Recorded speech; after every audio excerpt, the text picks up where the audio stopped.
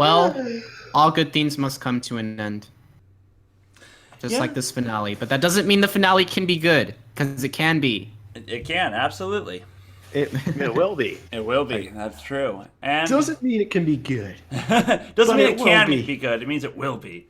I like that. I'll make a T-shirt with that someday. Anyway, welcome to everyone, one and all, to the season finale of Subwuffer Entertainment Treehouse. Were, and always will be a determinedly drunk, geeky, and cheerful podcast. We're wolves, we house in a tree, and we entertain, bringing you all the latest entertainment news. Sounds a lot like a music appreciation class. We discuss certain topics, and we see if people would react to them in different ways. I am Zach Gray, and spearheading this operation is... Hey guys, my name is Scarfy Conley, and it's finally good to be back after that 1 week hiatus. How's it going? But we'll get to that when we get to that. Anyway, let's welcome back Shujja, because Shujja's been gone for an awful long time. Shujja, how have you been? I've been good. Not thanks to you, so you owe me that 2 freaking box of Dr. Pepper. I'm not giving you a box of Dr. Pepper when you can buy it at a store. Go get it your goddamn self. You suffer from caffeine withdrawal. I know the feeling. I see. Did you just say caffeine withdrawal? Caffeine. No, oh god, good. I was gonna say, it's like, yes. That is a ballsy pun to make on the season 1 finale. That was an accident. Okay. All right. Well, it happened. It did. I'm glad it did, to be perfectly honest. But yes. Caffeine withdrawal. Alrighty. Goose? Yeah. Goose. Yes. You introduce yourself? Oh, I'm Kruz. I introduced myself in the best way possible. You're so with cute like an accidental Fluttershy. pun. I'm glad you made the ponies comment, Shujja, because I wanted to. I'm just like, What? maybe I shouldn't make a ponies comparison, but I'm glad you did. Aw, it's so I cute. wasn't sure what was going on. That's usually me half the time here. Oh, that's true. I mean, that's my life, dude. So yeah, Shujja, it's finally good to be back. How does it feel to finally be done with finals and can just focus on the finale of This thing we do. What's it called? Yeah. S.E.T. That's it. Yeah. You were gone for 3 shows and you're finally back. What's been going on lately? Just had a lot to do, huh? Well, it's been crazy. I have to deal with some personal thing. If you want, no, I'm not gonna talk about it because that's what was personal mean. Anyway, it's good to be back. It's good to just hang around. I've become lazy. Lazy. And the best somehow, I need to lose it. Oh, what the hell? Yeah. Oh man, but yeah. So yeah, I'm you. Sorry, go ahead, Scarfy. I'm finally back from BLFC. How's that?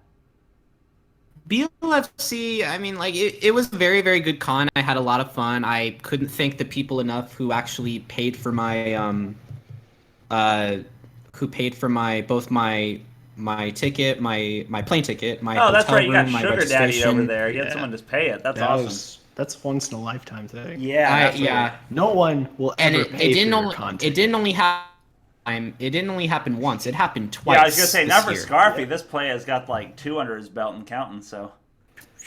Yeah, So, now you can never say you never been to con again. It's true. That's true. I have been to a FurCon and it finally feels good to be back. BLFC was a whole lot of fun. I really hope that Zach and Shiny take their time and schedule to go next year because it has over 3,000. There was over 3,000 attendees. You will not be disappointed. I highly recommend you go. No, he's gonna go to MFF.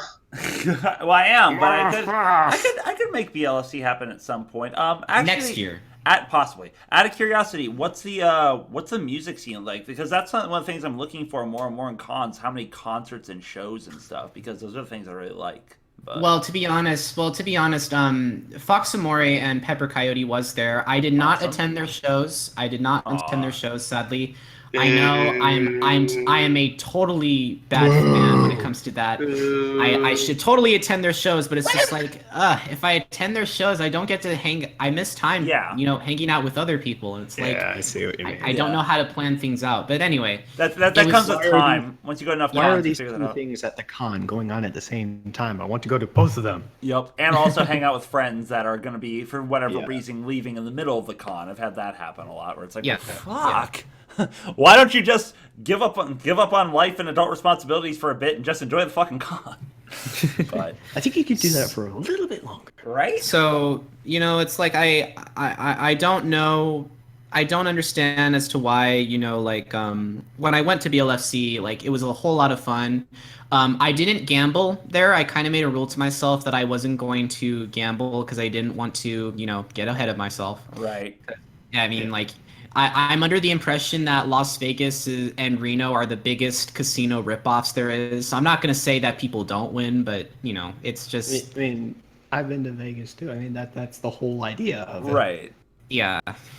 I feel calling something a casino ripoff is just sort of like restating the same thing twice. It's like, well, yeah, I mean, they exist specifically to fuck you out of your money.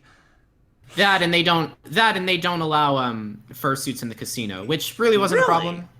That's interesting. No, actually, well, they don't want the head to be covered because if they security cameras, robberies, right? That exactly. They'll base. There was a whole bunch of orange coats the following nights because you had no idea how many orange coats there were.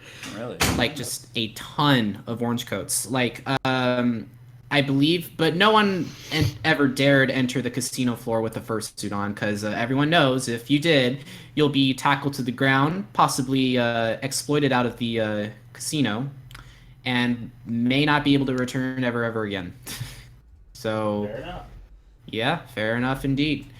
I guess if it came to one thing, I think the only problem that I had at BLFC was that the room was just it was the concierge floor, very nice place. It was on the 25th floor. The room was huge, but I guess my only minor complaint would be that the room was too small and like there was like 8 people staying in that one room and there was only one bed and one hideaway, so it was like what? Fight one for hideaway. Floor space. Yeah, there was not enough floor. There was not enough floor space at all, and like I just completely I didn't know how to handle it. I didn't know how to handle it. It was other than that, the con was great. But I ended up sleeping in Shutterwolf's room. Cool. But But here's the thing: it's one of the things that con is growing so fast. Not like the hotel can break down the whole hotel and build a new one. Right. Or it can do what fucking, space. Megaplex just did and just buy out the entire hotel, all of its rooms. Well, but even with that, people will try to snuggle more people into one room to reduce. Oh yeah, definitely. So no matter how big the room is. Believe it or not, I made sure to ask the people who was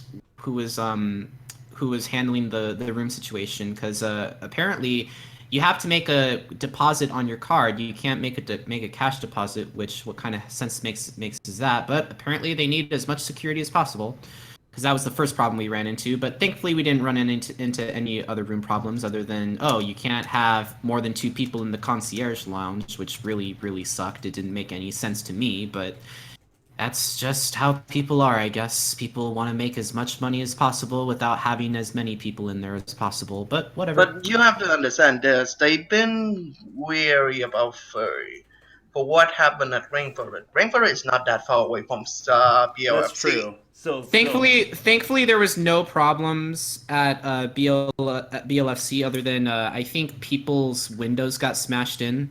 I guess that was the only... Oh, their cars. Their cars, yeah. Yeah, that weirdly enough, like it happens and a lot of people have been sort of like airing it towards like, oh, well, it's a furry thing. It's like, no, it's a safety precaution that happens in any sort of big metropolitan area, especially somewhere. So you're saying only furries break windows? I have news for you, my friend. I guess unfortunately for me, if I had to say the best choice, it would be to put your parking in valet, even though valet parking is hella expensive. But what can you do when you want to protect your car? But anyway, BLFC 2016 was a great time. I actually got to meet Path there, very awesome guy. I got to meet a whole bunch of other furs there. But yeah, Zach, highly recommend going to BLFC. I hope you can do it next year. Hopefully, maybe, not too sure. I don't know. I don't know. We'll see. I will do my best. You will not be disappointed. You will not be disappointed. I can guarantee you that right now. You will not be disappointed. I've yet to go to a con that I've been truly disappointed at. I've been to ones where I was, because I've been to them so many times, the same one. But otherwise, I've never been disappointed by a con. Yeah, but anyway, that's enough about BLFC, I guess. There really wasn't anything else that I got. I got a sweater. I was a patron there, so I got the highest form of registration. I got all these different... I bought sweaters, T-shirts, Free sticker, the free keychain, and all that. Yeah.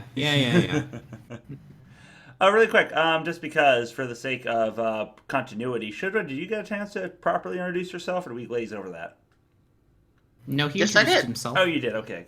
Sorry, I couldn't quite remember if it was kind of a blur in the beginning. Okay.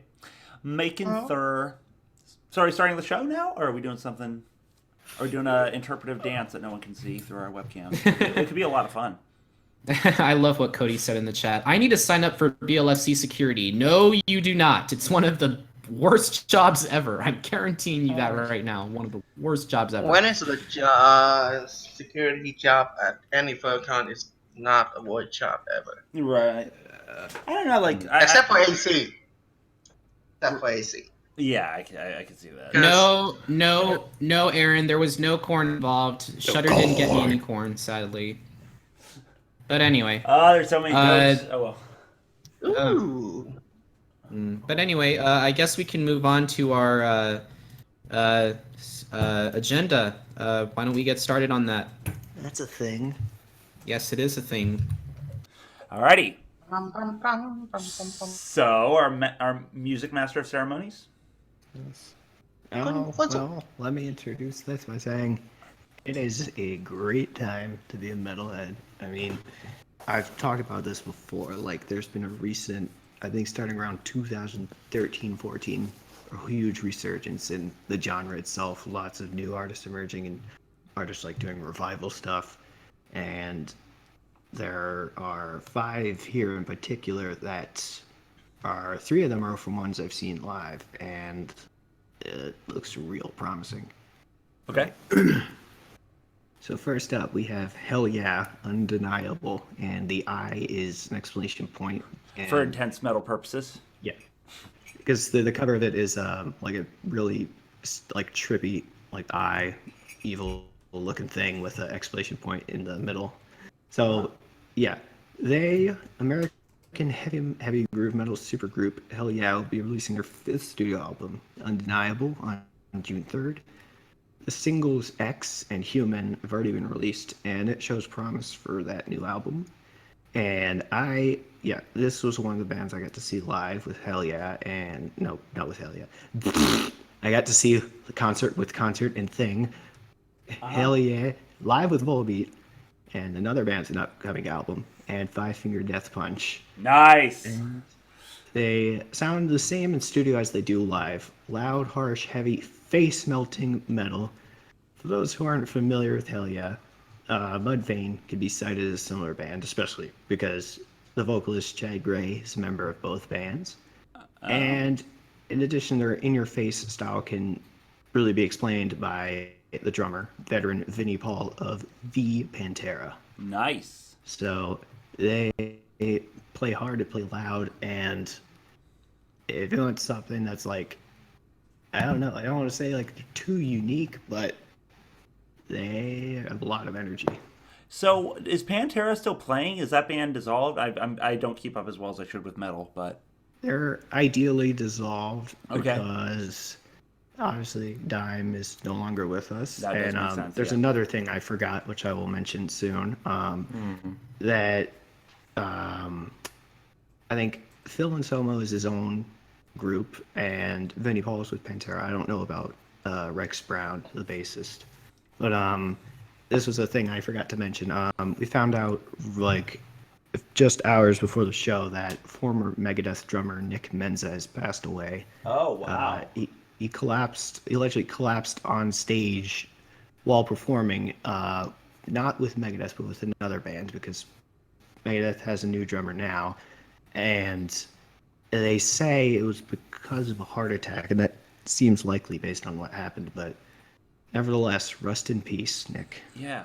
Yeah, I agree. I can't believe, like, I always wonder, why is it that all the biggest music stars and band members always go down because of either drug-related stuff? I'm not saying that, I'm pretty Right, sure, yeah.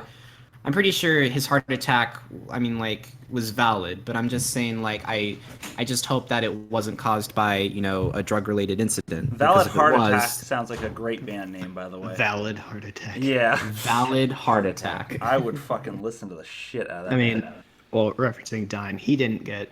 I mean, he was ungodly alcoholic. I mean, would put Zach to shame. I mean, I've met a few like that. They scare me. They're impressive people. and he was like, he got shot on stage, but because by a deranged fan, which was not his fault. And that also explains a thing why Vinnie Paul now, why you can barely see him behind his drum set is for that purpose. Just to not get fucking shot. Yeah. Damn, Yeah. that's crazy. That's why he does Holy that shit. now. Which I was like, I could only see his bandana when they're on stage. Yeah, it is a shame. He will be missed by a lot of rock fans. It was and then like I remember but yeah, it's a shame. I never really listened to Megadeth that often, but Maybe that's fantastic. I really hope that his heart attack was a valid thing. And Well, I mean, that's the thing. Like you mentioned, it's like, why do all the big band members go buy drugs? It's like, honestly, It's part of their lifestyle, it seems it like. is exactly, yeah. Just like get caught in the wrong situation. And even not even like drugs is what a lot of people turn to with fame, fortune, and glam and everything for multiple reasons. Some is because it alleviates the stress of the shit they have to do. Because it's like a lot of people see the one side of being a famous star. It's like, oh, they get paid shit tons of money and have all these people after them, and all they have to do is to go on stage for a bit and maybe practice once a week. It's like that is so the tip of the fucking Titanic sinking iceberg that they are going through to give you this show and to do all this stuff for you. And they're aware that any fucking flick of the hand of the, invisible forces that control what pop culture is might, or just culture in general, might fuck them over. There might be one thing that happens, all of a sudden they're no longer popular. No one wants their shit anymore just because they're not that flavor of the whatever genre. And they're screwed. Then they got nothing after that. Like, their money will run dry relatively quickly, especially since a lot of them don't necessarily have it set up in a weird way that's like saved and good to go for a long amount of time. So it's kind of hard life. Suppose. I could imagine that'd give me a heart attack, like that kind of stress over my head. Like, nope, fuck this. Well, I mean, it's kind of interesting you say that, because it's like when I look at bands, like there are Christians in heavy metal bands, and I'm not kidding. There are. I know, yeah, Slayer. Tom Araya. Yeah. Yeah, he was. I assume like maybe a heart attack. He was like, he said he was like 51 years old at the time. Mm-hmm. So I mean, at that age, doing what he does, that might have been too strenuous on him. But yeah, I think it's time for the next one. Right. That one is Volbeat. It's an interesting name. Seal the Deal and Let's Boogie. So the cover itself explains what Volbeat is in the realm of heavy metal. A handsome, tattooed, mustache, bare-knuckle boxer. That's excellent. Sorry, go ahead. Yeah. It's Danish heavy metal rockabilly, which is, if you know Elvis Presley, Johnny Cash, which is their influence, that's what that is. And no, this is not the Pokemon, by the way, if you didn't already know. They'll be releasing their 6th studio album, Seal the Deal and Let's Boogie, on June 3rd. As mentioned earlier, I got to see them live as well. And Ivan Moody didn't call them the almighty Volbeat for nothing.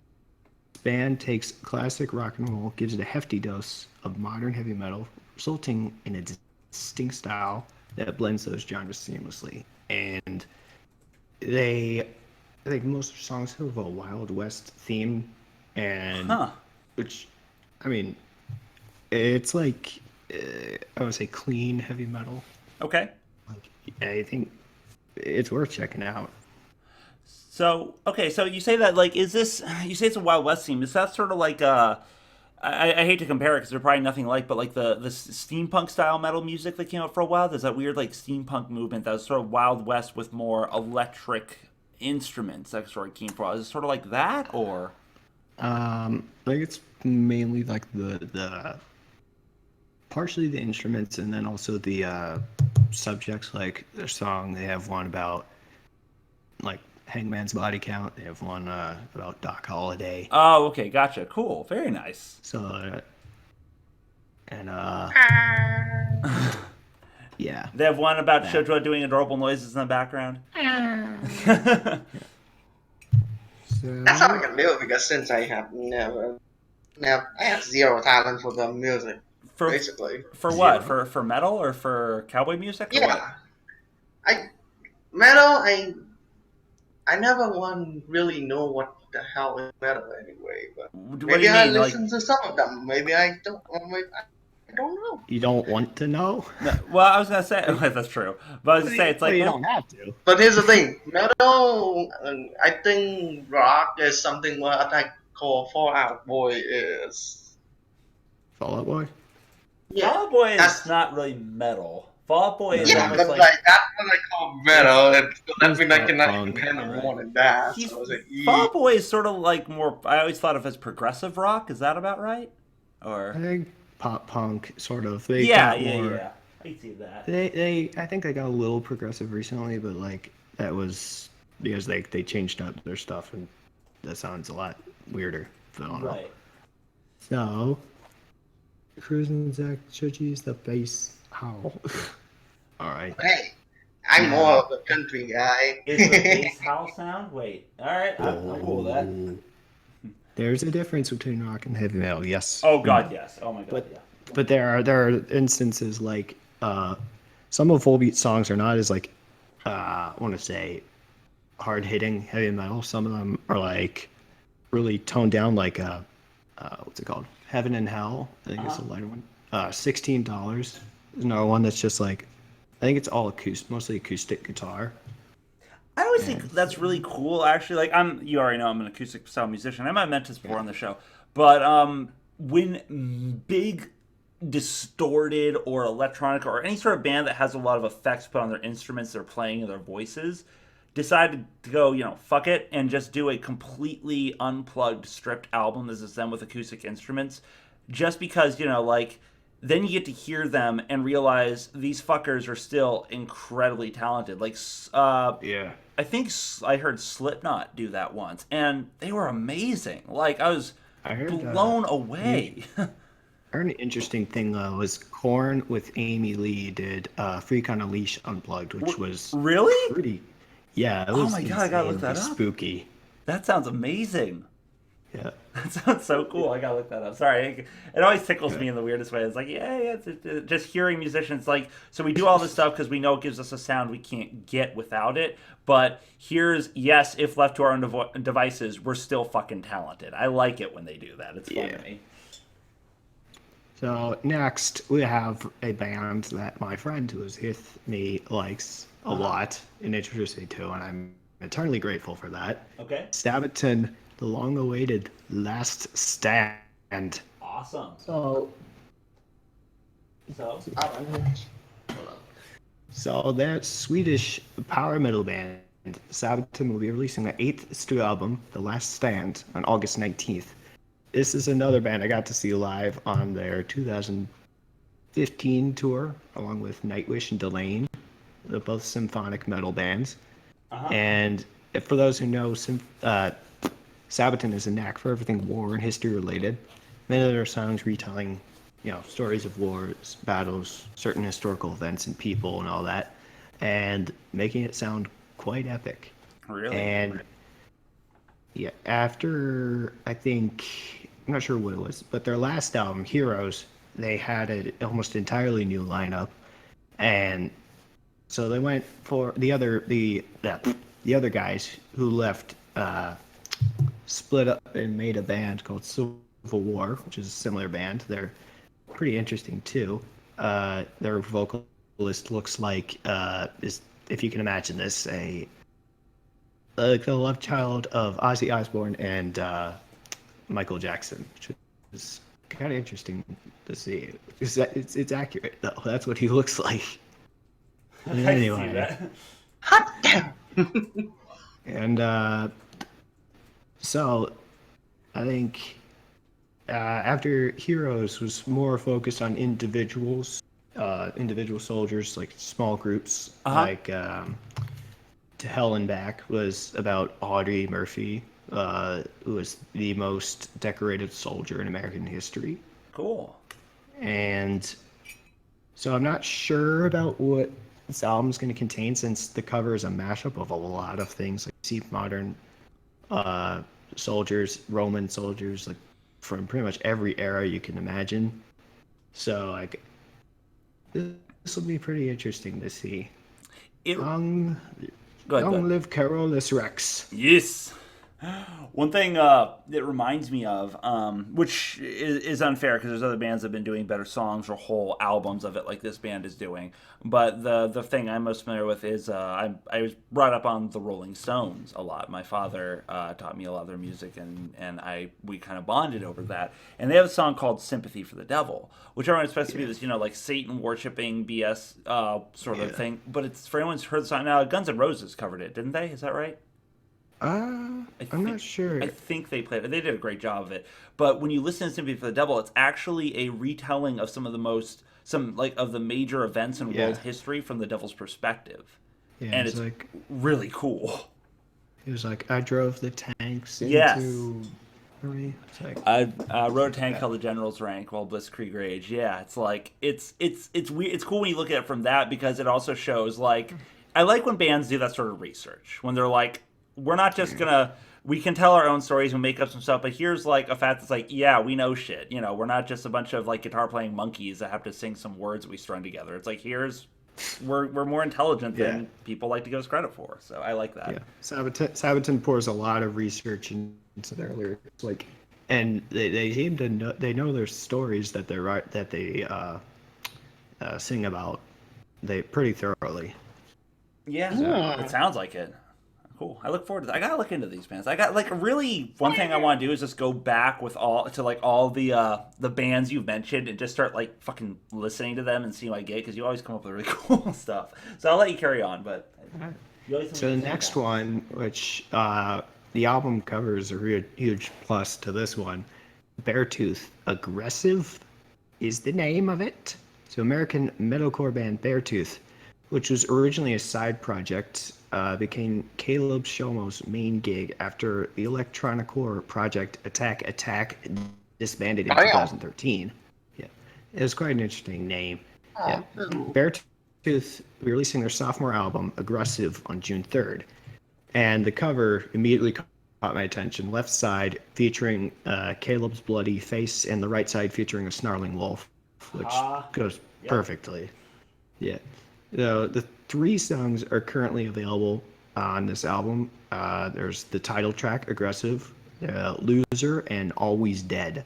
So this versus their other albums, it's significantly heavier and more, aggressive sound. And it shows promise for this band, because they're relatively new, and it seemed like they weren't sure about what direction to go in. Now I think it seems like they found it right now. Yeah. Well, that's cool. Like, I hope it continues well for them, because, like, I know there are some bands that I've heard of that didn't withstand the test of time. I think one of the biggest ones to me was, for anyone who listened to the Violent Femmes, the band with do do do do do do do do do do do do do do. Like, everyone knows that little fucking rhythm in that song, and their first album, if you listen to it, is astounding. And then some of their other albums, like I personally fucking did not like. It just felt like everything from there was a downward spiral.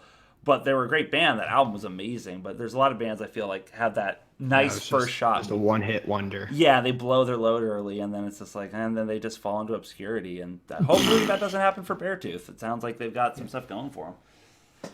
Yeah, I think they started with an EP. Which didn't have like 4 songs, and then they had the album Disgusting, and that one, they have quite a few popular songs on that one, like The Lines, Body Bag is my favorite, and this one, I think it's showing a little more consistency versus, in their sound, I guess. Yeah, I can see that, definitely. I'm running out of words.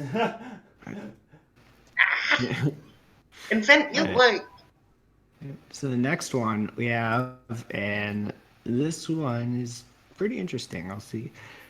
The Red Hot Chili Peppers, everyone knows them. Mm-hmm. The Getaway. And I'll say that one thing first. I'm angry still that John Frusciante left the band because he is their best guitarist they've ever had.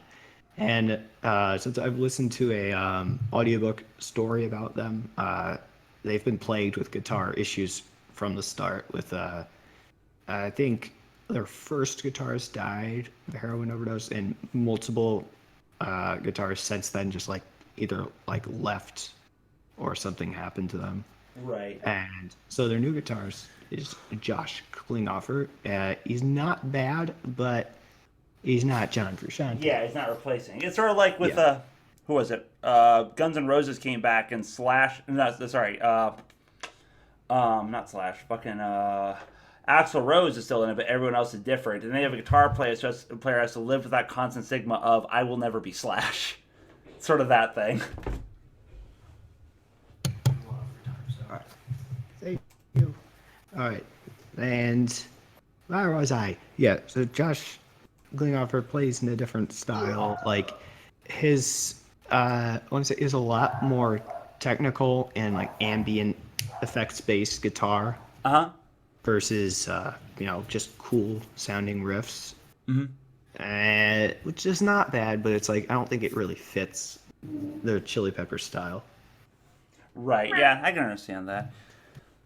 All right. So it sounds like your father's calling you in the background. No, that's my dog. Stop, son! You are doing me a frighten. Hello. Hello. Hi, Dad. Hey. I'm back. Sorry about that. I had a little bit of a problem, and I had to take care of it. That's fair. I was wondering why you're so quiet for all this. I was like, I did send you a message that I was unavailable. I don't see it. I did not. You. Oh, there it is. Yep. Sorry about that. It's okay.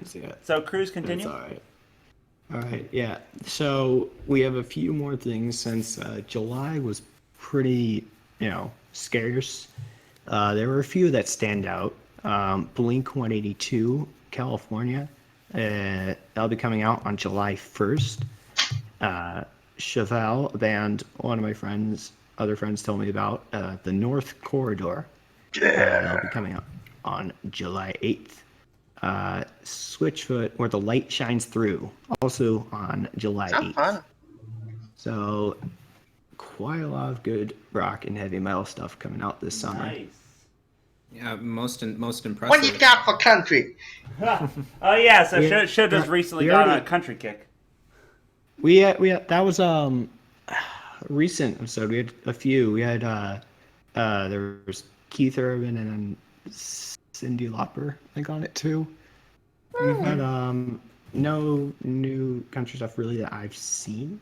But then again, I'm not really too much into I really hope that Shujja's side. not confusing folk with country, because that would be awful. No, he sent me something, and it's legit country. Like They're quite different. Yeah. I can't believe Shujja actually really likes country, because I know a lot of furries. I know a lot of people absolutely hate people country. in general. True.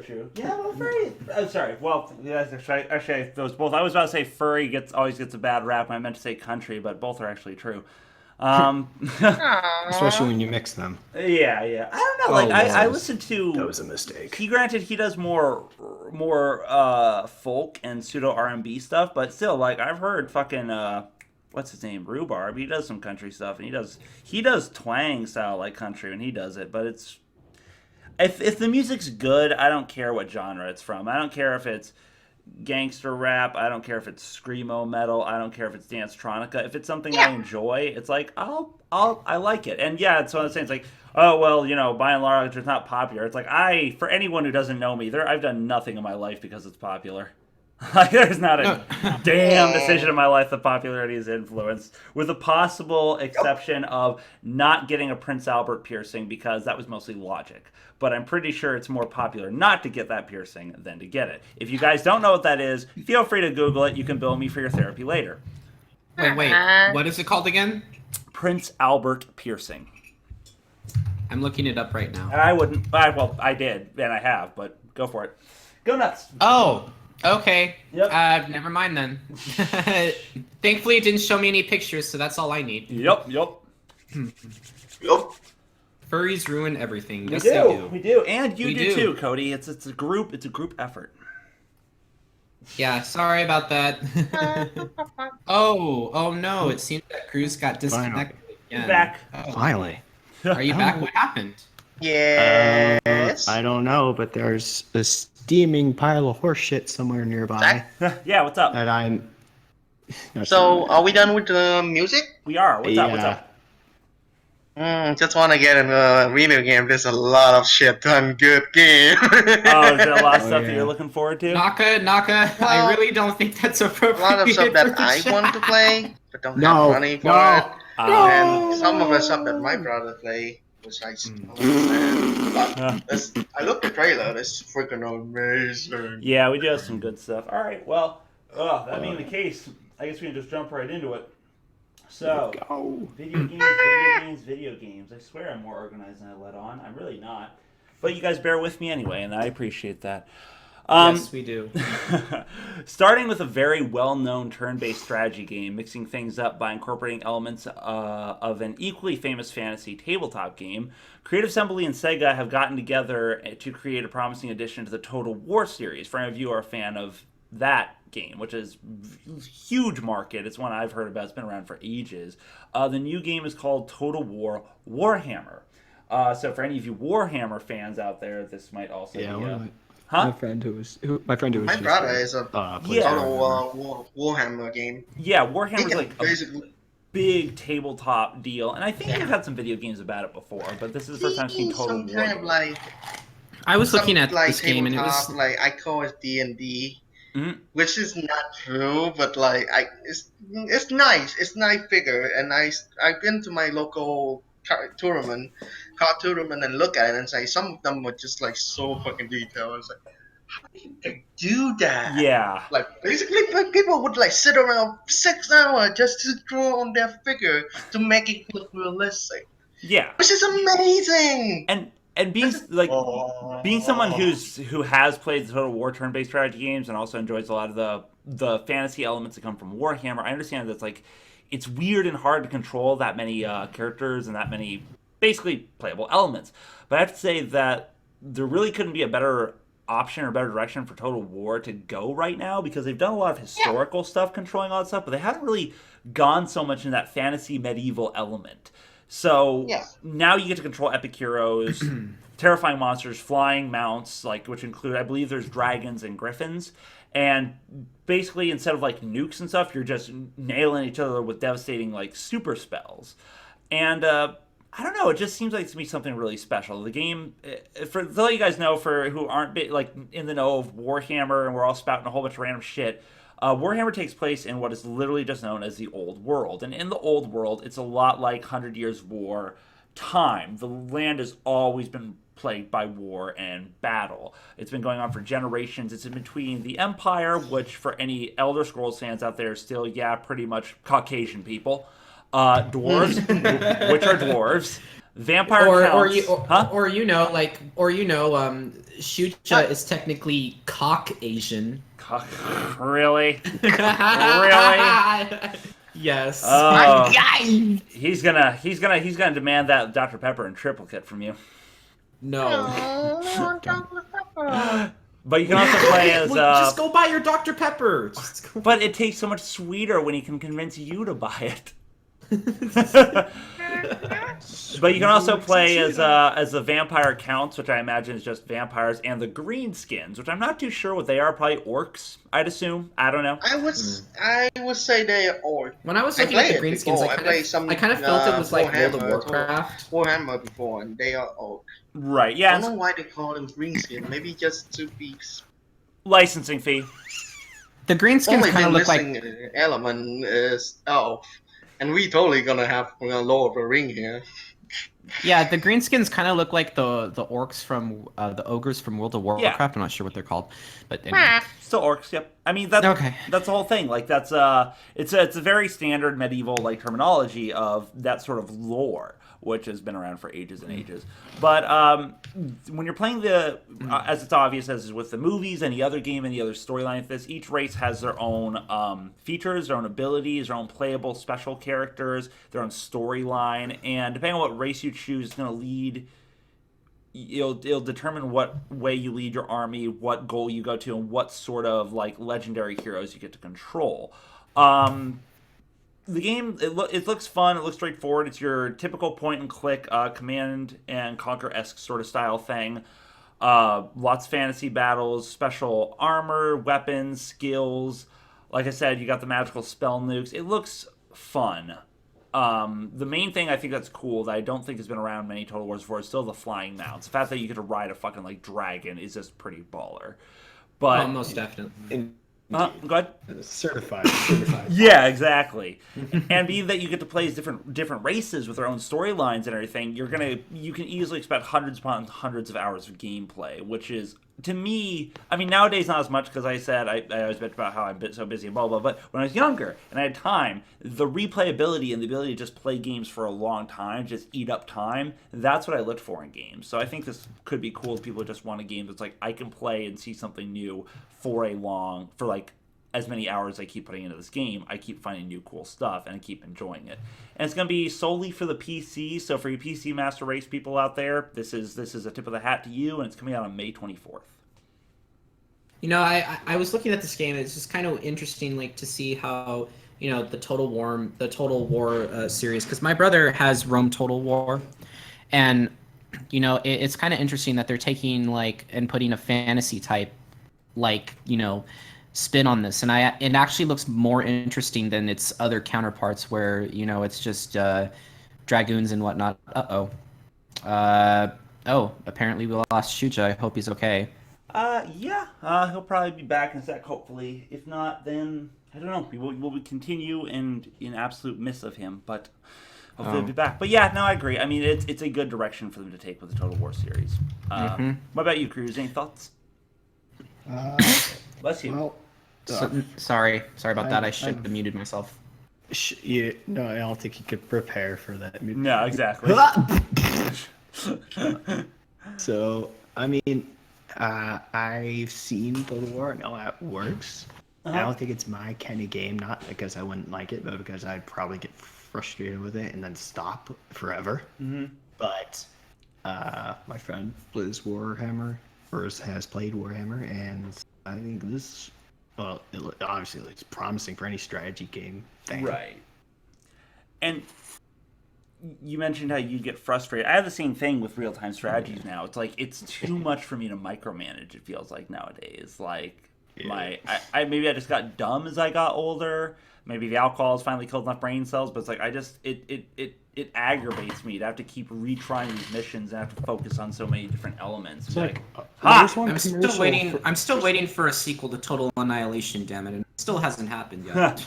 There was a commercial for like I think it was this iOS game. It was like, we have failed this mission 17 times. Many of you have died horribly. Let's play the mission again. But this time we go around the minefield, not through it. That's excellent. Yeah.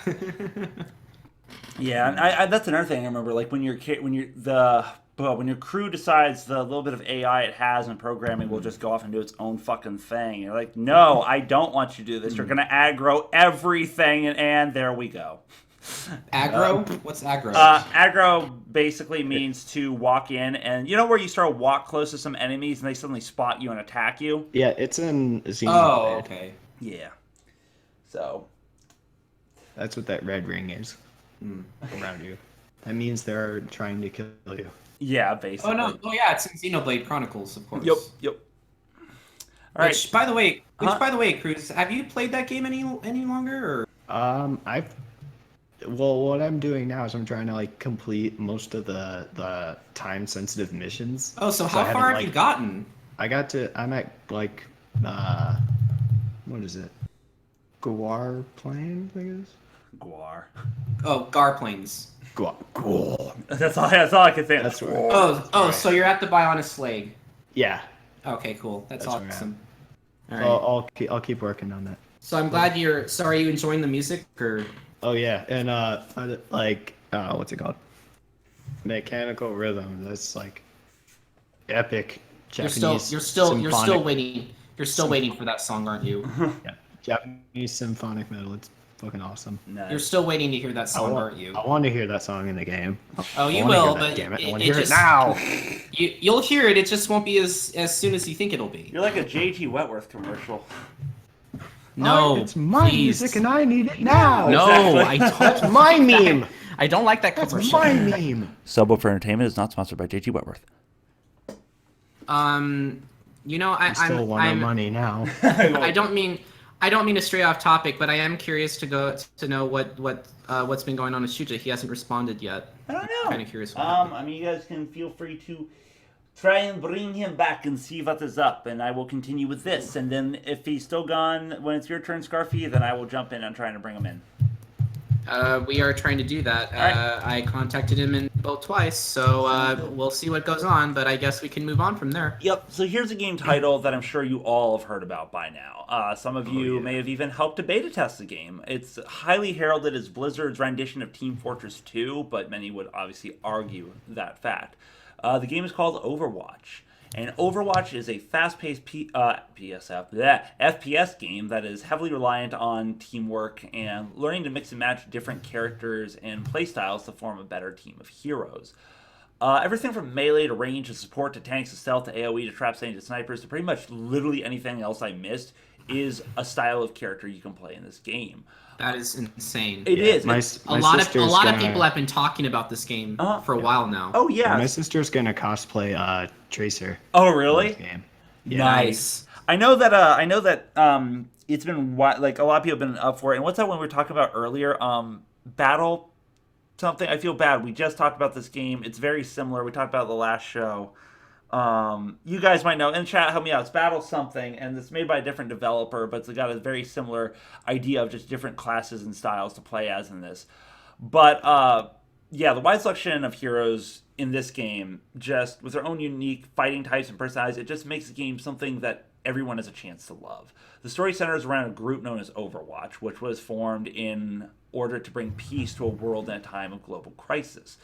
It was comprised of the world's finest soldiers, scientists, adventurers, and oddities, and Overwatch was eventually able to bring about the peace that was so desperately sought, and therefore disbanded over time because with the new ensuing peace, there was no real reason for them to be necessary anymore. However, the story goes that disarray starts sparking back up in the world, and Overwatch's old heroes, as well as some new ones, are taking up the call to try and bring down the new global crisis.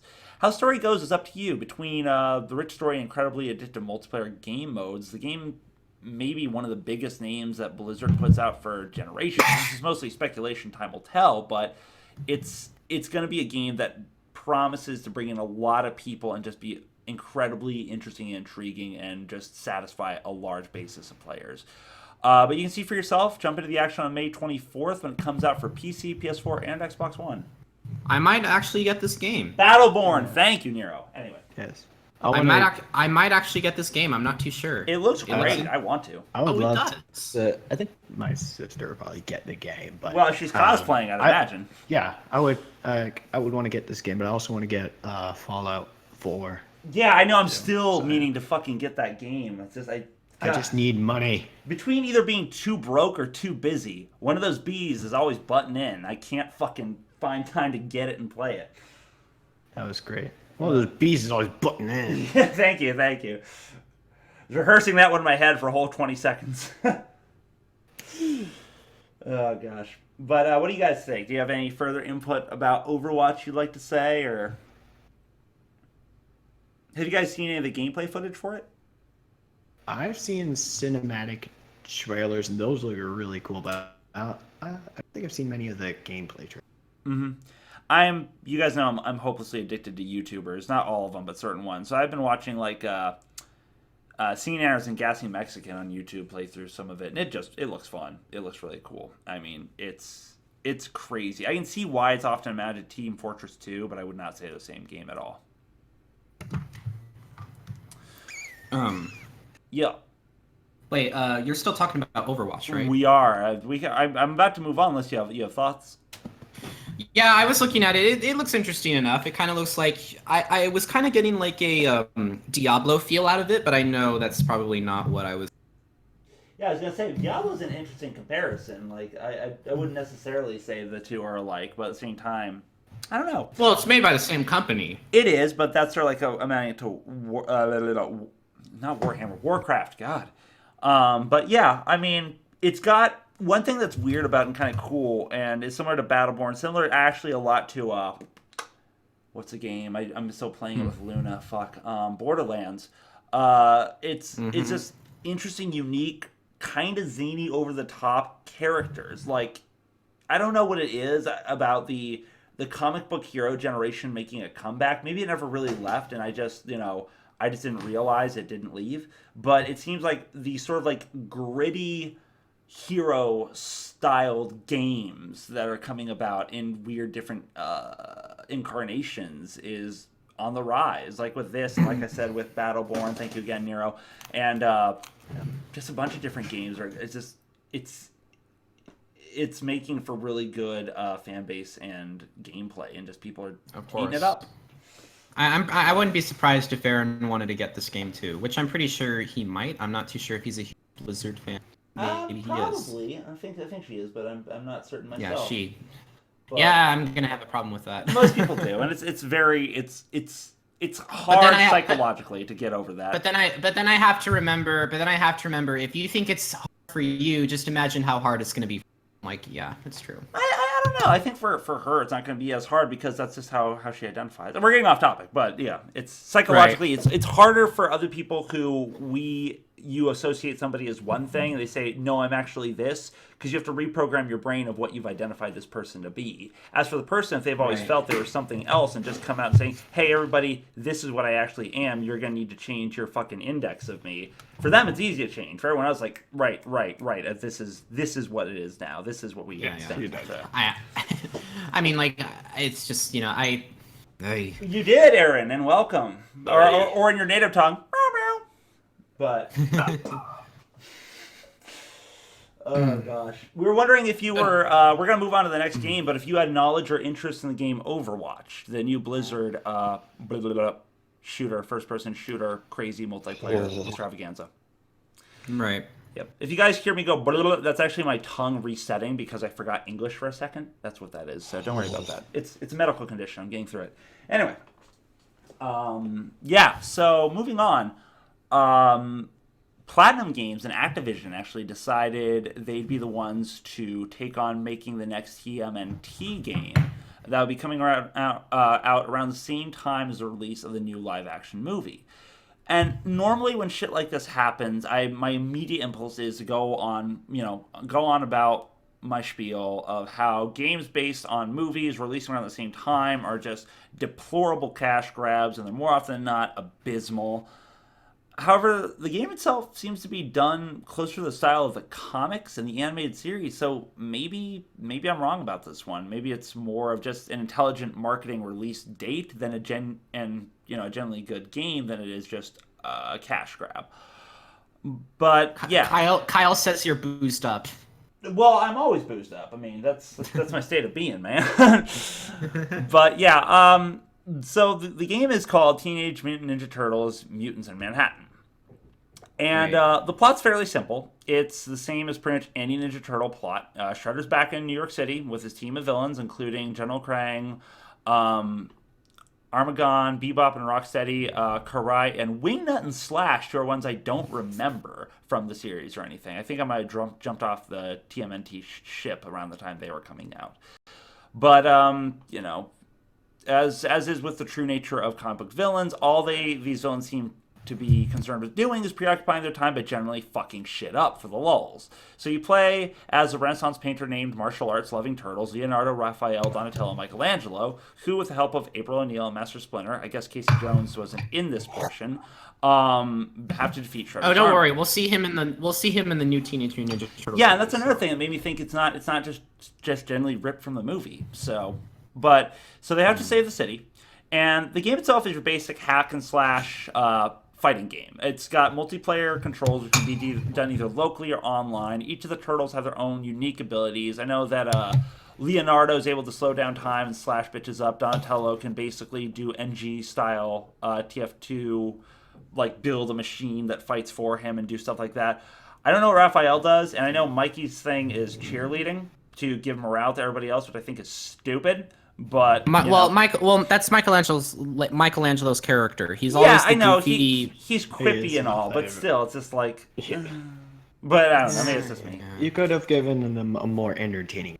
Right. Raphael's my favorite though. A cool thing about this is actually we should talk about like favorite turtles and all that after this. But a cool thing about this game is actually they have a parkour mechanic integrated as well as a parachuting system to allow you to explore and traverse your environments more easily. So that makes it a lot easier to get around the variously scattered high low area. I'm trying to think of what word I want exactly, but basically the metropolitan area that is New York City. I could see that being incredibly useful to get around. You level up through battle points, which are just green orbs you collect through the game. So it's that standard style, like I said, like battle action fighting game. What was I going to say? There's one thing I want to mention. The game itself seems like a fun party game, but honestly, I'd say it isn't something I would much care for. However, I know that I am not the market audience for a game like this. This is definitely a game meant for young TMNT fans. This is for kids coming up into the series, loving the new stuff. And as a kid, I probably would love. Thank you, Michael Bay. I probably would love the shit out of this. It's like it's a game where you can play with your friends online or nearby, up to 4 players, and take down villains and stuff. It's kind of fun. Everyone kind of like helps each other, and they have their quippy little one-liners or punny catchphrases, which as a kid I would have loved. Listening to them now, I want to punch them. I hate the jokes that are made in a lot of kids about this. Yeah, well, it's kind of like listening to the Sonic franchise. Like a lot of the jokes don't tend to be on par, but you're too slow. No, yeah, please no. It's exactly like that. But once again, the game is straightforward. It's stylized. The graphics are stylized in a very cool way. It's a fun. I'm pretty sure the game is going to make a lot more money than the movie coming up. Most definitely. Know. That's a good. We could see. Well, I guess time will tell. It's going to come out on May 24th for Well, this is an interesting thing, which actually might add to your point, Scarfy. So it's coming out on May 24th, but it's coming out for PC, PS3, PS4, Xbox 360, and Xbox One. Damn. So yeah, it's like it is being marketed to everybody to please buy this. So I don't know. What do you? What do you guys think? Well, if it has a strong marketing campaign, I'm pretty sure it's going to be a very, very good game. But maybe there's something I'm missing through the trailer here. I don't understand why they're. Zach's point may have been. Yeah, PS3 and Xbox 360. That is insane. Yep. It's like I think Zach, your point. I think it's accurate because the game tags along with the movie advertising campaign, and then when that slows down, the game slows down. Yeah, I guarantee that the peak of the sales are going to be around like the month before to the week after the movie has first been released. I can't believe it's being released on the Xbox 360 and the PlayStation 3. That is just insane. That makes me think they either just want to market it to a larger audience and have more people buy it before it comes out of the hype being gone, so that way they don't have to worry about people who haven't got the money to buy a PS4 or Xbox One, which in that sense is smart. I suppose, but even still, with PS4, they still, for the life of me, have not done backwards compatibility, and it really bothers me that they're just I really hope by E3 they're going to do it, because if they're going to release PS4.5 and have backwards compatibility with 4K, there's no reason why they can't just upgrade their system to allow the PS4 to have backwards compatibility with every other game. There's no reason for it. that. So the fact that Teenage Mutant Ninja Turtles is going to be released on the PS3 and the Xbox 360, consoles that are presumably, out of service, even though they clearly aren't and they're still being used, is beyond me. And the fact that it's even happening is insane. So if they're marketing to that much, it's going to be an interesting campaign. Right. What were you saying, Kruz? The GameCube is still in service, so don't worry. That's true. One thing that's interesting, though, I don't want to get too fucking, economics wolf here, but it's it is honestly the whole supply and demand thing simple enough. This game, they want, the Teenage Mutant Ninja Turtles game, they want to give out to as many people as possible that are able to buy it and play it on something. From the graphics... So I'm kind of wondering, this is interesting. It's just... forget all the bad jokes or anything. The fact that they're campaigning it to other consoles that are that haven't even been made, that's Teenage Mutant Ninja Turtles: Mutants in Manhattan. Just so you know, the fact that they keep, I honestly don't get it. Well, and once again, it's supply and demand. It's the fact that they want to market this game to as many people and give as many access points as possible because people want to buy the game simply from the hype of the movie, and that's not that's not enough money. That's not enough reason for people to go out and buy a PS4 or Xbox One. They won't have that motivation for a game like that because the only reason, even if they don't know they want to buy it, is because their kids are really hyped for the movie, or maybe they're just a little bit hyped as adults who just really love Teenage Mutant Ninja Turtles. So the demand isn't high enough. Now, if the games are coming out... Maybe it's supply and demand. But to be honest, I'm pretty sure what you said is a valid point. But I do think that there's another motive behind it. No, not just, money. That's it. That's honestly it. Even for the new games, you have PS4. I honestly think there's something more to this. Maybe they think that their game is going to be that good that they want to do it on Xbox 360 and the PS3. No, it's I'll be perfectly honest with you. The reason they do stuff like this is, first of all, one reason they can. This game is not demanding enough for the PS3 and the Xbox 360 to be unable to play it. But when you have the next gen games let's just say, put it out here. I hate to ruin this. At some point we'll be talking about this, but The Witcher 3. Let's talk about that game. That game was wildly successful, and it's a game that has the graphics and stuff that you can justify needing a next-gen system like the PS4 or the Xbox One to play. And people love the way the game looks and everything enough that they will make that sacrifice. So say, okay, I'll buy this system for this game, and excuse it or rationalize its purchase to themselves to say, then I can buy other games for a system. Teenage Mutant Ninja Turtles: Mutants in Manhattan does not have that kind of drive. It's not going to make as much money because it's not going to influence people to buy the next gen systems. But if you can just market it to everybody, then it will make more money. It's a weird little marketing tactic that they use, and it's been around forever. But I could be wrong. This is just what I've seen, is what I've actually talked to people that do gaming, have been in the gaming industry that they work with. That's part of why we do this, because we want people to enjoy the stuff we make, but at the end of the day, money rules the world, and we want to make more money. So yeah, I suppose.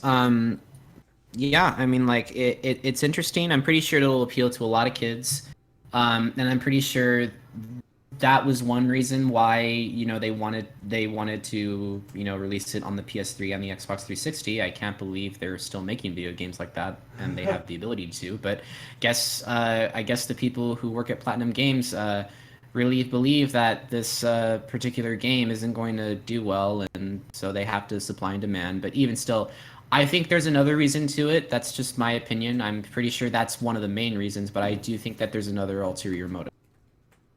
Honestly, I won't say you're wrong. I'm just gonna say I don't think so, but that's mostly because I couldn't see what else it would be.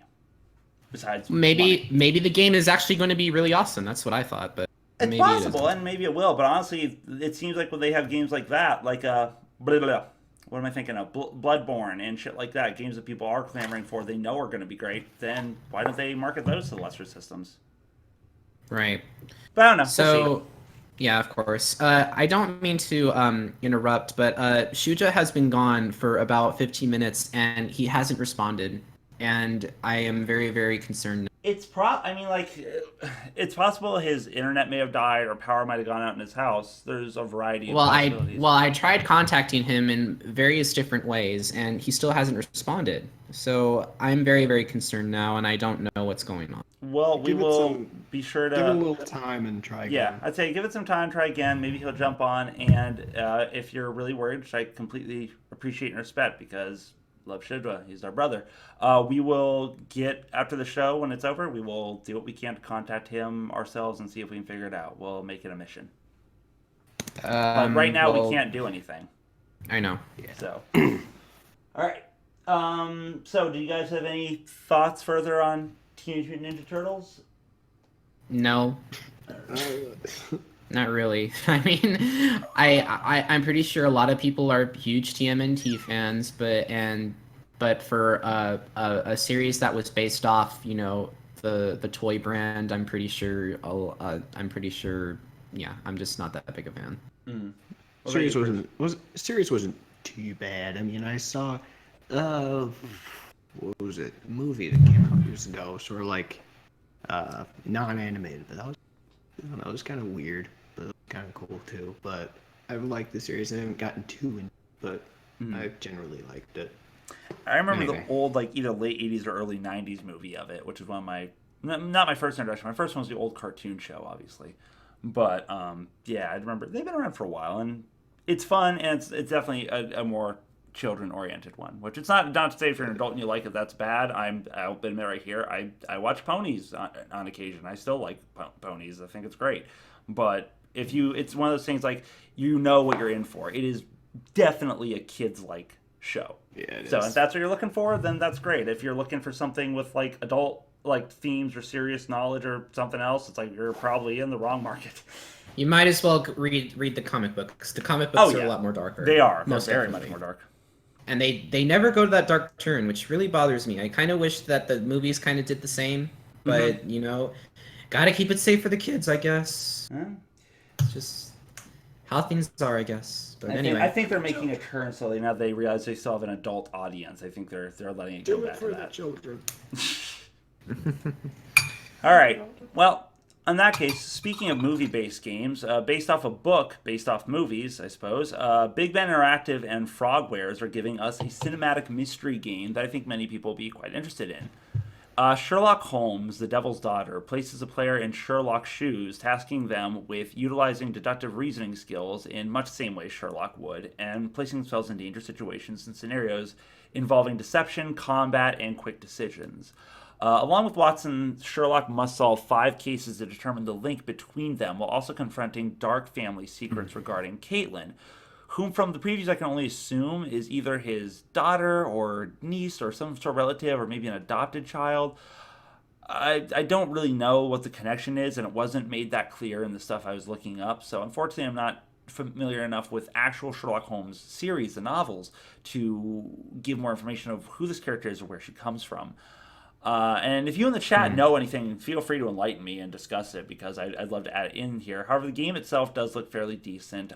It certainly isn't the best graphics I've seen, especially for something that is a largely cinematic game. It relies more on you, again, using deductive reasoning to solve cases and on cutscenes and little bits of action than it really does just all-out gameplay. So I think it's a bit weird that they wouldn't put more emphasis on graphics, but maybe I'm just being nitpicky.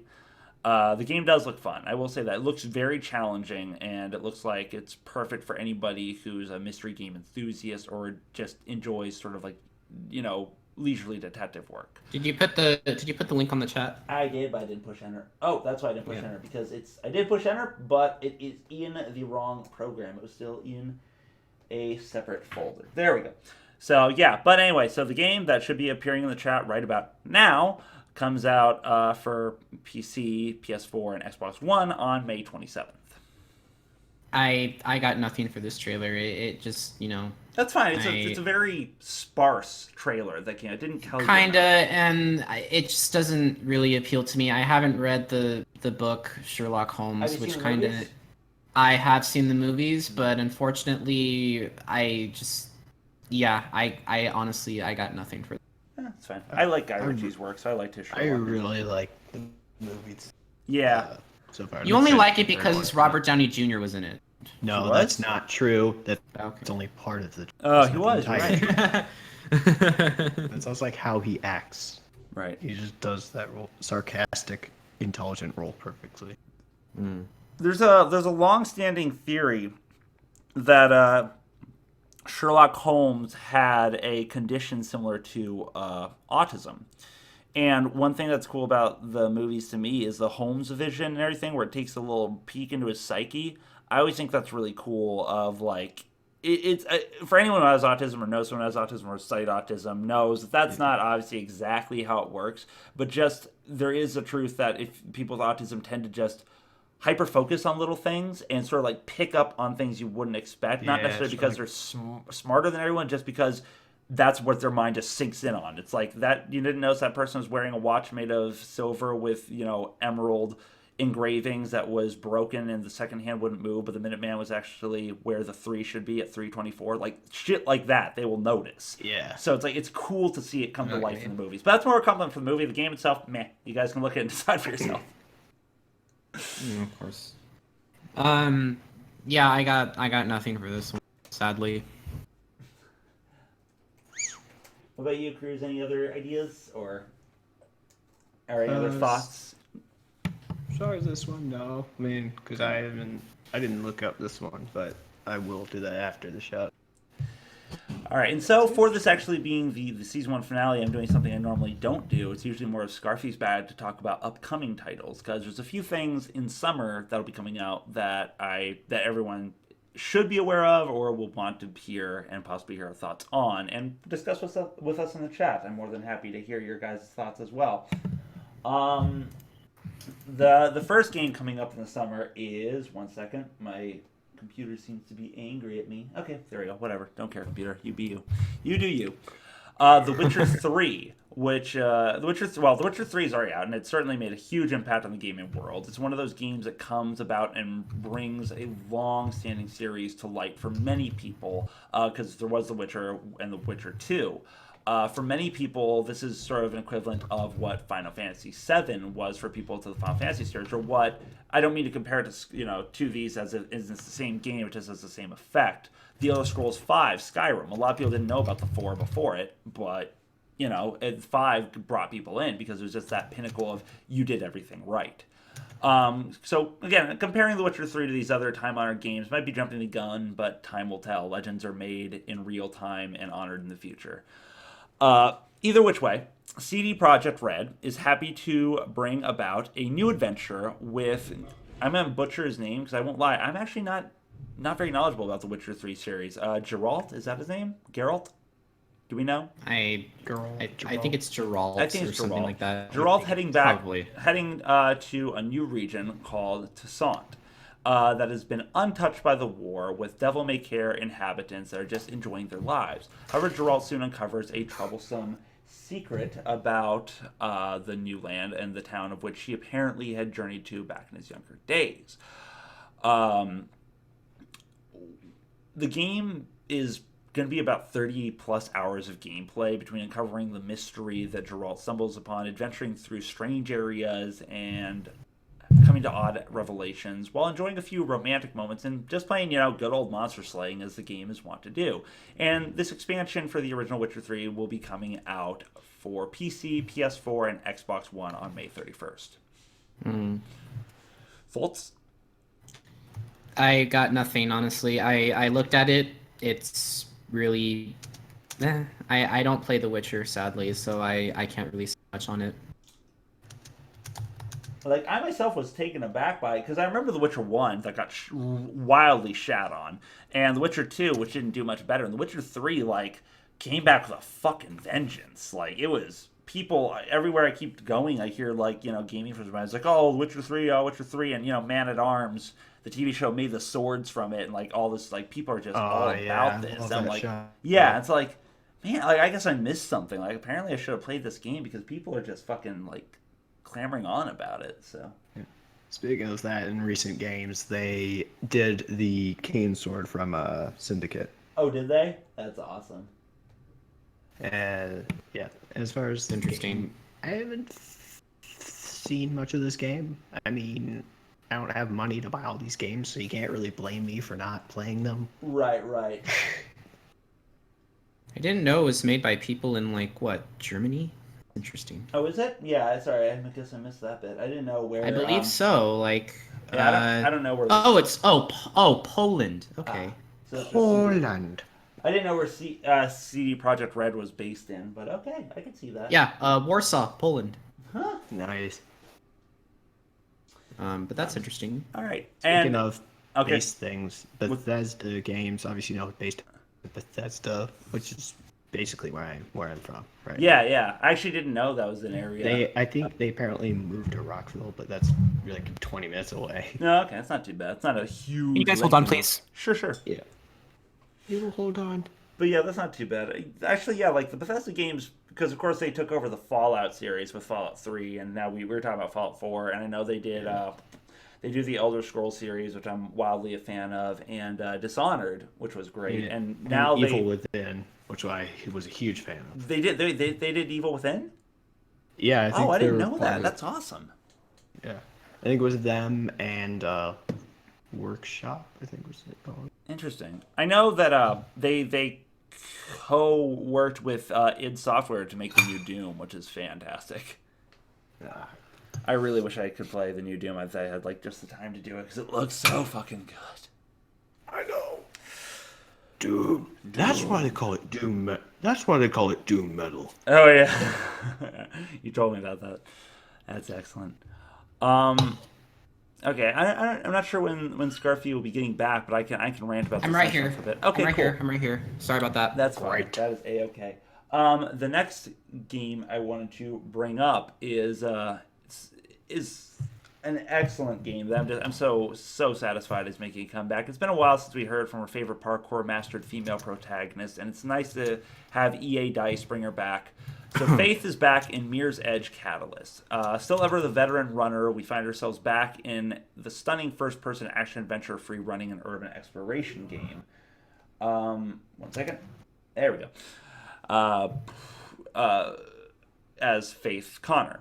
And for anyone who's played the original Mirror's Edge, this centers more around Faith's origin story, this new game, Mirror's Edge Catalyst. I was looking at this game. I'm sorry. Did you read your entire thing or no? You didn't. How does Mario 3D Land? How? Hello? Did I what? Damn happy. Did you read your entire paragraph or no? No. But that's okay. Go ahead. What's up? I was looking at the trailer and it kind of looks like it doesn't look like a gameplay trailer. It kind of looks like a cinematic gameplay. It is, but actually, weirdly enough, I've seen the gameplay is not that much different. Like the client, everything. Have you played the original Mirror's Edge or seen it played? No, I haven't. All that climbing and stuff, and all that weird stuff that you wouldn't be able to do in a game. Like that's part of it. That's part of the parkour physics engine they have. It's really cool, like running on walls and shit like that, jumping off crazy heights to nearby ledges. All of that is real-time gameplay stuff you can do. So it's a very interesting cinematic / gameplay trailer. And that opening scene introduces a lot of the mechanics you can do between the combat, the movement, and you see when she gets injured, you see the screen flash red and you kind of hear the injured noise and everything. It's like, so it runs you through what you're going to be experiencing, which is kind of cool of a cinematic to do. I don't see that happen very much. But yeah, for the story itself, you basically find yourself uncovering a secret experiment being conducted by a company called Elysium. And after uncovering the plot and seeking around and recovering valuable information, you need to escape the facility using all of your parkour and martial arts skills to fight and flee from enemies, avoid capture detection, and get to the bottom of the strange experiments. The game, much like its predecessor, is beautiful. The physics engine is insane and equally brilliant. The story is involved and interesting, or at least it is from what I've seen and what I remember from the original, which apparently, it's the same makers, so I trust them to do a good job with this. And it's going to have you doing a variety of snatch and grab missions, stealth objectives, insane acrobatics, and just... it's going to be wild. The only thing I'd really say is a drawback is for people that get vertigo or might get some nausea from all the fast movement from first person flips and rolls and tumbles and shit like that. While there isn't a multiplayer for this game in a traditional sense, you can choose to take on quests which will change the world for you and other players who are hooked up to the game online anyway through specific missions and tasks. The combat system has been revamped to exclude the use of guns and focus more on hand-to-hand subdual of enemies, as well as giving more of an emphasis on don't run in guns blazing, just run. So you're going to be doing a lot of parkour, takedowns, and duck and cover. And the game is coming out on June 7th for PS4, PC, and Xbox One. So for anybody who wants some crazy high-flying adventure, I think this is going to be really enjoyable. I'm sorry for having you read that entire block without any interruption from either me or. I am currently having a situation. That's fine. No, is everything okay? Are you okay? Yeah, everything is fine. There's just I guess there's just a lot of yelling in the background, and I can't really help it. And I try to turn my mic. If it's any consolation, I haven't heard any. Oh, really? Okay. Yeah, I think I've heard like very faint. Yeah, something very small in the background, but nothing serious. Of course. So it's like. But anyway, I'm sorry. Yeah, I tried turning my mic down, but I'm just hoping that everything is fine by now. So anyway, Mirror's Edge. Yeah, I looked at it. It looks interesting enough. I never played the first Mirror's Edge, and I don't really have much to go off of it other than it doesn't look like a gameplay trailer. It looks like a cinematic. And the one thing that really bothers me at E3 is they use cinematic. Sometimes they use cinematic gameplay cutscenes, which really, really bother me because it's like I want actual gameplay. I don't want to see a cinematic gameplay. See, oh my gosh, these beautiful graphics, and then look at the actual gameplay. I'm like, these graphics don't look anything like what I saw. Right. So you got to be careful with that. So yeah, but I mean, admittedly, like I said, the only reason I'm assuming it's the same is because it's a little cleaned up, obviously, but the style is the same, and to me, it literally looked like someone playing the game through that whole cutscene. Like, I remember when we had the game at my place, that was like 2 houses ago I was staying at, but yeah, it's like, it was beautiful. It was just great to watch, and it's like, yeah, this looks about the same. Like, there are little scenes, obviously, that weren't quite the same, where, like, she jumps through a window and she sees her own reflection. That probably isn't a thing you'll see happen very much. Or the slow-mo function. Probably not so much, but yeah, everything else about it, it's like, yeah, this is what I remember when I see people play the game, not just for a cutscene. So that's my assumption. I could be wrong. You are right. That's definitely a cinematic. So I could be wrong, but it seemed on par from memory. Yeah, you know how that is. Anyway, what do you think, Kruz? Now I've heard quite a bit. I heard this game mentioned quite a bit, but I don't know. I never really got into it. I mean, it sort of reminds me of Tomb Raider a little bit, but yeah, definitely, yeah. I mean, I would love to get to play all these games, but money. If only I could be paid just to play music in video games. There is a job for that, getting paid to play video games. Yeah, but you're supposed to, but you have to play the shitty version. True. You also have to usually be good at critiquing them, and I'm not. I don't have enough. I'm too realistic in the fact that I'm like, well, this is what I'd like to see in the game, but that doesn't mean that's what the general market does. So I don't know what the general market wants. And I honestly don't care what the general market wants. So that makes me a very unsuit candidate. Yeah, I don't mean to be interrupting, but now I'm a lot more curious as ever what's going on with Shujja. He hasn't responded at all. I don't know. I said, it's like you can worry if you want. There's really not much we can do. I'd love to have him on the show, but if his internet's dead, then his internet's dead. He has... it doesn't mean he can't use, unlimited data to use Twitter or something. He could. Well, does he have unlimited data? I'm pretty sure he does, or data per se, but... he hasn't responded at all. Like since 5, it's already been almost an hour. I don't know. And now I'm like more curious than ever, like what's been going on. And I do not. It could be a bad connection, but it's just. I mean, I don't know what's going on. I contacted him 3 ways. If Right. we're gonna if I do apologize, people. If we have to continue the show without Shujja, so be it. I really do apologize. We contacted him in ways possible. We'll be sure to have him explain himself exactly to what happened. I'm pretty sure this is not what he wants either. I'm pretty sure he wouldn't leave without question. Well, I think Kruz has the right mindset for it. It's like there's literally we can worry and we can talk about it and apologize, but there's nothing to be done. Like if he comes back, then awesome. We'll pick it up and have that fourth member of the Beatles that everyone always loves, or we're just going to be, we will be another show without him, which he will be missed, and we will check on him and get back in touch. But for now, I figure we'll just do the show, and whatever happens, happens. All right, let's keep doing then. Let's keep going. All right. I won't make any more interruptions. If Shujja doesn't respond, then that's. I'm just gonna leave it all up to him. I'm not gonna. Yeah. Anyway, I guess we can move on. Yep. Kruz, did you have anything to say? Did you say? Yeah, you did. I remember you made comments. I had my piece. Yep. Okay, so this is, to me personally, this is fantastic. Capcom decided to go full-out survival shooter in both story mode and multiplayer, giving the sort of tactical zombie shooter survivalist game that Call of Duty and Modern Warfare's off-takes on the zombie survival genre could only dream of and are probably incredibly jealous in the execution of. Resident Evil Umbrella Corps. I talked about this ages back as an upcoming game. It involves 2 different game modes. There's a single player mode where you're basically battling wave after wave of mutated undead or otherwise horrific creatures, trying to survive to the end, or at least for as long as you can. And it's being done so that researchers can get a better idea of the effectiveness of these creatures. So, yeah, you're basically a human test subject playing an independent variable in the experiments of what monsters are the best killing machines for humans in different situations. You're able to swap and discover gear for better preparation as well for the different encounters you undertake.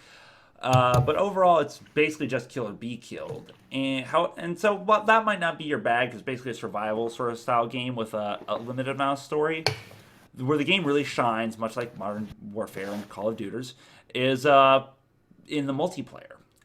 There's online multiplayer battles where your team must take out opponents in zombie virus-infested areas. Your team's job, shoot all your opponents. Just murder, wipe out the opponent's team.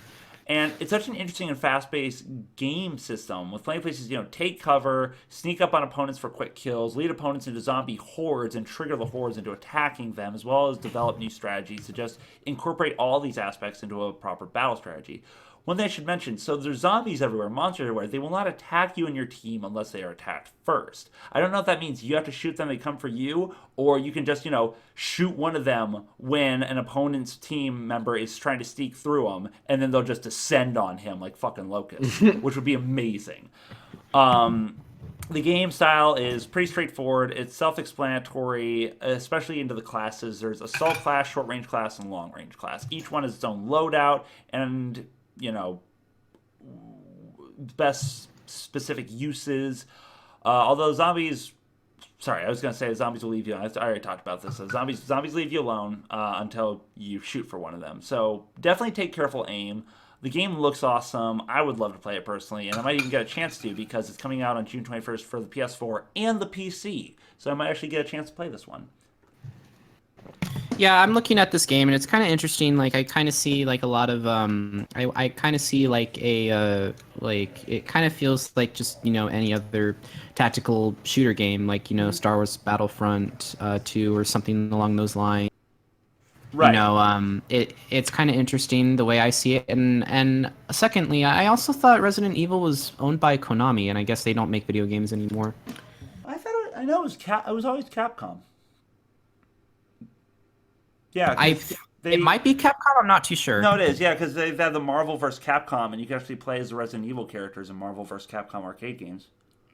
So yeah, I don't know. Maybe Konami worked on something with them, but I'm pretty sure it was Capcom. Oh no. Chat, let us know. Was it Konami or Capcom? I'm sure one of you guys know better than we do. Well, Cody said it's Capcom. Oh, Cody, there you go. Going with Cody. Yeah, I think it was Capcom. Let me look on Wikipedia just to make sure where the first Resident Evil game came from. I'm pretty sure it is Capcom. Just want to make sure. Yeah, it is Capcom. Wow. Yep. Okay, Capcom. I actually thought it was Konami, but yeah, leave it to me. Leave it to me to be wrong. Anyway, Yeah, it happens on again. We can't be right about everything. I was waiting for somebody to say Capcorn. It was only a matter of time. Oh my gosh, here we go. No, Yep. Capcorn. Capcorn. Anyway. Yo. But yeah, it looks interesting to say the least. What do you think, Kruz? I don't have much experience with Resident Evil, but I've watched my sisters played Resident Evil, I think Revelations 2. Uh-huh. Mm-hmm. And I like the setup because obviously I was a huge fan of Evil Within, but I didn't ever play it myself. Right. But if I want to get new survival horror games, I'll consider this one definitely after Fallout, of course. Oh, of course. Depending on when I ever get money. Right. No, I get that. That's good priorities to have. I would say Fallout over this game any day. Just Fallout's just yeah. But I can fanboy about Fallout a day. I'll save that for another time. All right. Well, last but certainly not least is a game for the space age gamers out there. An indie studio by the name of Hello Games is bringing us an amazing new marvel to the game to the genre of space adventure and survival video games with a game called No Man's Sky. This game's been talked about for a while. I've heard whispers of it for like the last 4 years, I think. But just now it's finally surfacing. And to the credit, it's an indie developer studio that had to do some crazy fucking shit in this game. The game itself is a little like Eve Online, for the people out there that know Eve Online, which I'm sure are many of you have at least heard it before, seen little glimpses of it. And the fact that it deals largely with players having to explore, survive, battle, and trade throughout the open and procedurally generated universe. I don't think Eve is procedurally generated, actually. I think Eve has set planets and everything to explore. But this one is procedurally generated. Each planet is unique with their own ecosystem, and there's honestly more explorable locations between going through space and going to each of these planets than anyone can count on their hands, or frickin', with numbers of pi by this point. You're able to customize your ships and equipment, as well as discover new items and areas with their own inhabitants that could prove friendly or hostile. And you yourself can choose whether you want to engage them in a way that is friendly or hostile. So this allows for very different gaming experiences for each person. Another cool thing that I love that No Man's Sky does is it's all first-person view. And when you're traveling in it between space stations and planets and everything, when you're going to a planet, you can actually fly straight in with no loading screens or anything, and you see the atmosphere around you change. You see yourself coming in from orbit or out of orbit. And to me, that's just really fucking cool. The story itself, I agree. Yeah. Is this the no loading screen phenomenon? Yeah, which is always a fucking lovely thing to have in games. Yes. So the story is pretty open-ended, and it's largely player-driven. The only real expectation of you is to explore. That's about it. You're basically a space-age cartographer, which I'm pretty sure, given the nature of the word cartographer, doesn't apply to space, but that's besides the point, in which you are going around to the different corners of the universe so you can find things and upload your findings to the Atlas, which is a galactic database of all life forms, planets, maps, locations, and so basically you're Google mapping the universe. Huh? Pretty much. And it sounds like a really fun thing to do. And I was talking about it briefly with Fiber Kitty, and he actually says that he too was excited for this. That doesn't surprise me because I know Fiber's a huge Eve, or used to be a huge Eve Online fan. So that doesn't surprise me. I'm pretty sure he's gonna buy it for PC because PC junkie. But right. But yeah, I know he was. Well, Eve was originally to my knowledge, a PC game. So I know he's just big into that. But yeah, of course he'd do PC because his PC is a fucking beast. But two cool features of the game that I like is the dialogue tree and hyperspace jumps.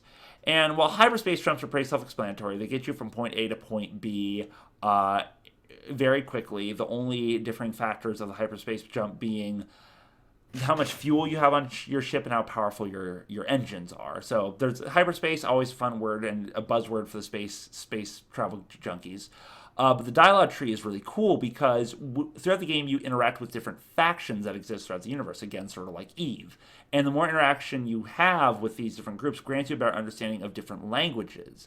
You can also understand languages through finding monoliths that serve as Rosetta Stones on different planets. But the more favor and more language skill you get allows you for better trading and combat experiences because you can understand that faction better.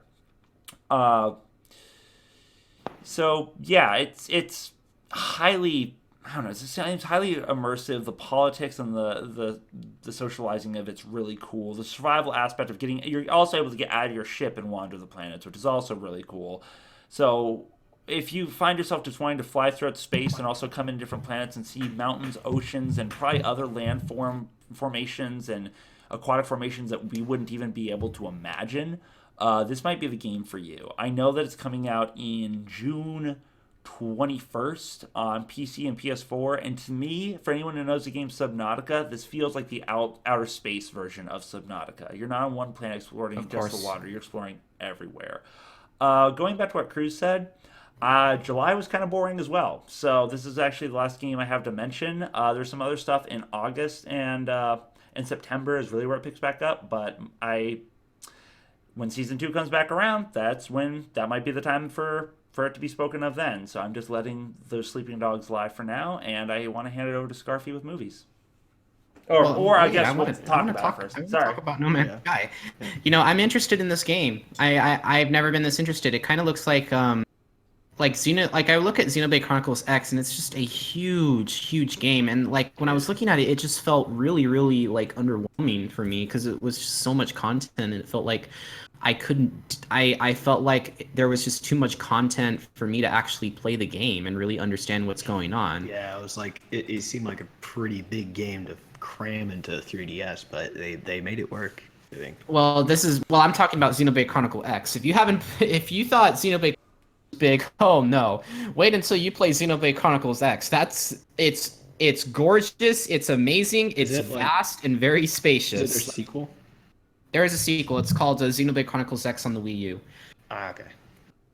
But anyway, as I was saying, yeah, like I'm kind of interested in this game. I actually really want to get it. I mean, like when I look at this game, I feel as if like I feel like it's the game that I've been missing out on the most that I need to play, and a lot of people really like it. I was thinking about getting it on the PS4, frankly, but I'm pretty sure that a lot of people are just gonna go PC because you know how people are. PC, they really like PC. Yep, they're shiny. But I mean, like, I don't know, Zach. Are you planning on getting this game on the PC or not anytime soon? It's oh gosh, hey there, shiny. Hey, shiny. It's a bit of a toss-up to me. Like, I'd like to play this game because like I said, it seems like Space World Subnautica to me, and I really love what I've seen of Subnautica. But the main thing that it always comes down to, like, and I constantly complain, is time. So if I have the time to do it or can make some sort of schedule to play it, because it feels like my life is mostly scheduled these days, then yeah, I'd gladly get it. I'd love to play it. But we'll see where that fits in. And for the record, Zach, you really got to put the link in the chat. I did. Well, like before you start talking about it, not after you're starting. But anyway. Well, I guess we can move on to movies. I guess everyone is looking forward to what's coming on in theaters. So let's get on to what's coming soon to theaters. All right. Guess Disney thought it was time to make the Muppets' own James Bobbin to direct the Lewis Carroll adapted Disney sequel that no one probably asked for, known as Alice Through the Looking Glass. A 2016 American fantasy adventure film written by Linda Woolverton and produced by Tim Burton. It is based on Through the Looking Glass by Lewis Carroll and is the sequel to the 2010 film Alice in Wonderland. The film stars Johnny Depp, Anne Hathaway, Mia Wasikowska. Don't know how to pronounce that. Polish name. Rhys Ifans, Helena Bonham Carter, and Sacha Baron Cohen, and features the voices of Stephen Fry, Michael Sheen, Timothy Spall, and the late Alan Rickman. Alice Kingsley has spent the last 3 years sailing the high seas. Upon her return to London from Asia, she comes across a difficult decision that may determine what she's going to do during the rest of her life. After re-encountering Absalom, she finds a magical looking glass and returns to the nonsensical realm of Wonderland. Alice discovers that things are going very wrong with the Hatter, who is now haunted by past events that he refuses to reveal. In order to prevent a heartbreaking end to her friend, she turns to Time himself. Despite his warnings about Alice not being able to win a race against Time, the figure, not the character, and not being able to being able to change the past, she borrows the chronosphere, a time device that everyone, including the now banished Red Queen, wants, and winds up returning to the past. As Alice witnesses the hits and misses of friends and enemies during their lives, discovering how it prompted them to their current states in the present, she may learn how to solve not only the problem with the Hatter, but her own back in London, but only if she can win the race against the ticking chronosphere. At this point in time, see what I did there? I am under the impression that because thank you. I am under the impression that because Disney made $1 billion on its predecessor, that they thought it was a good idea to continue the sadly cluttered Disney mathematical formula that Tim Burton himself screwed over. And yes, Carol's Alice's books are math books. Look it up. In all honesty, I love the characters and I love the colors, but the story unfortunately has me making a frown because of one story being mixed up with each other. But if you're looking to go a little mad, I suppose, the film will be released on May 27th if you're interested. Puns for days. Dropping puns left and right. I know, loving it. But yeah, I didn't see the first one, honestly. I didn't have anything against it. I didn't have a huge interest in seeing it, and I probably will see this one. I know Luna is really big into it, and I wouldn't mind seeing the first one if I had the time or the chance to. But I would hope that you see the first one. Yeah, it'd be on my list. It's gonna be interesting to see. I don't know. Everyone tells me a lot of people. I know Nostalgia Critic hates the sequel to Alice in Wonderland, the 2009 version, because he thought that it didn't make a lot of sense to have some of the aspects from Alice Through the Looking Glass put in Alice, because, well, I'm not trying to be spoilerific right here, but the film is really about Alice's second return to Alice to Wonderland went before her first return. Well, that's interesting. I mean, I have 3 different points. I'm make them very quickly, but that's kind of interesting because the second return, it was Through the Looking Glass. That was the second Alice exactly book. So that would which semi really doesn't make any sense to Alice Through the Looking Glass second return. Was the first movie her first trip to Wonderland? The first movie was actually her second trip to Wonderland. Then that would make sense. But they go in flashback. But which doesn't make any sense, honestly. I guess, but also if you're going simply by this is my second point, by a filmography sort of view, the original Alice in Wonderland, it was Disney animated, right? The cartoon the first movie? Allison? The first, yes. Yeah, I think it was made in the early 1950s, I believe. Yeah, the original one. And that mashed up both of them. Mashed up the original Alice in Wonderland and Through the Looking Glass. That had Tweedledee and Tweedledum. They're not in the original. They're from Through the Looking Glass, and a bunch of the different characters and things that came up. They're in the original. No, they're not. They are in Through the Looking Glass. No, Tweedledee and Tweedledum are both in all versions. I'm not kidding. I looked. I know. I'm telling you the truth. All right. Well, I'm going to research and see if you're right or wrong after this. But I will say after that is the third point I was going to make, which I'm trying to remember. I'm trying laboriously to remember now. I had a third point about this, but nope, that one's gone. So, Kruz, what are your thoughts? Yeah, I saw a great commercial for this today. It was they put some guy from Sports Center in there. It's when Alice bumps into Humpty Dumpty and falls over, it's she barely even touched you. That's a flop. All right, Scarfy. Tweedledee and Tweedledum, fictional characters from the English nursery rhyme and in Lewis Carroll's Through the Looking Glass and What Alice Found There. Not in the original. Well, I was talking about the movies, not the book. Oh, well, that's sorry. I should have classified that then. Yeah, for that idea, the original movie mixes the first two books, is what I was saying.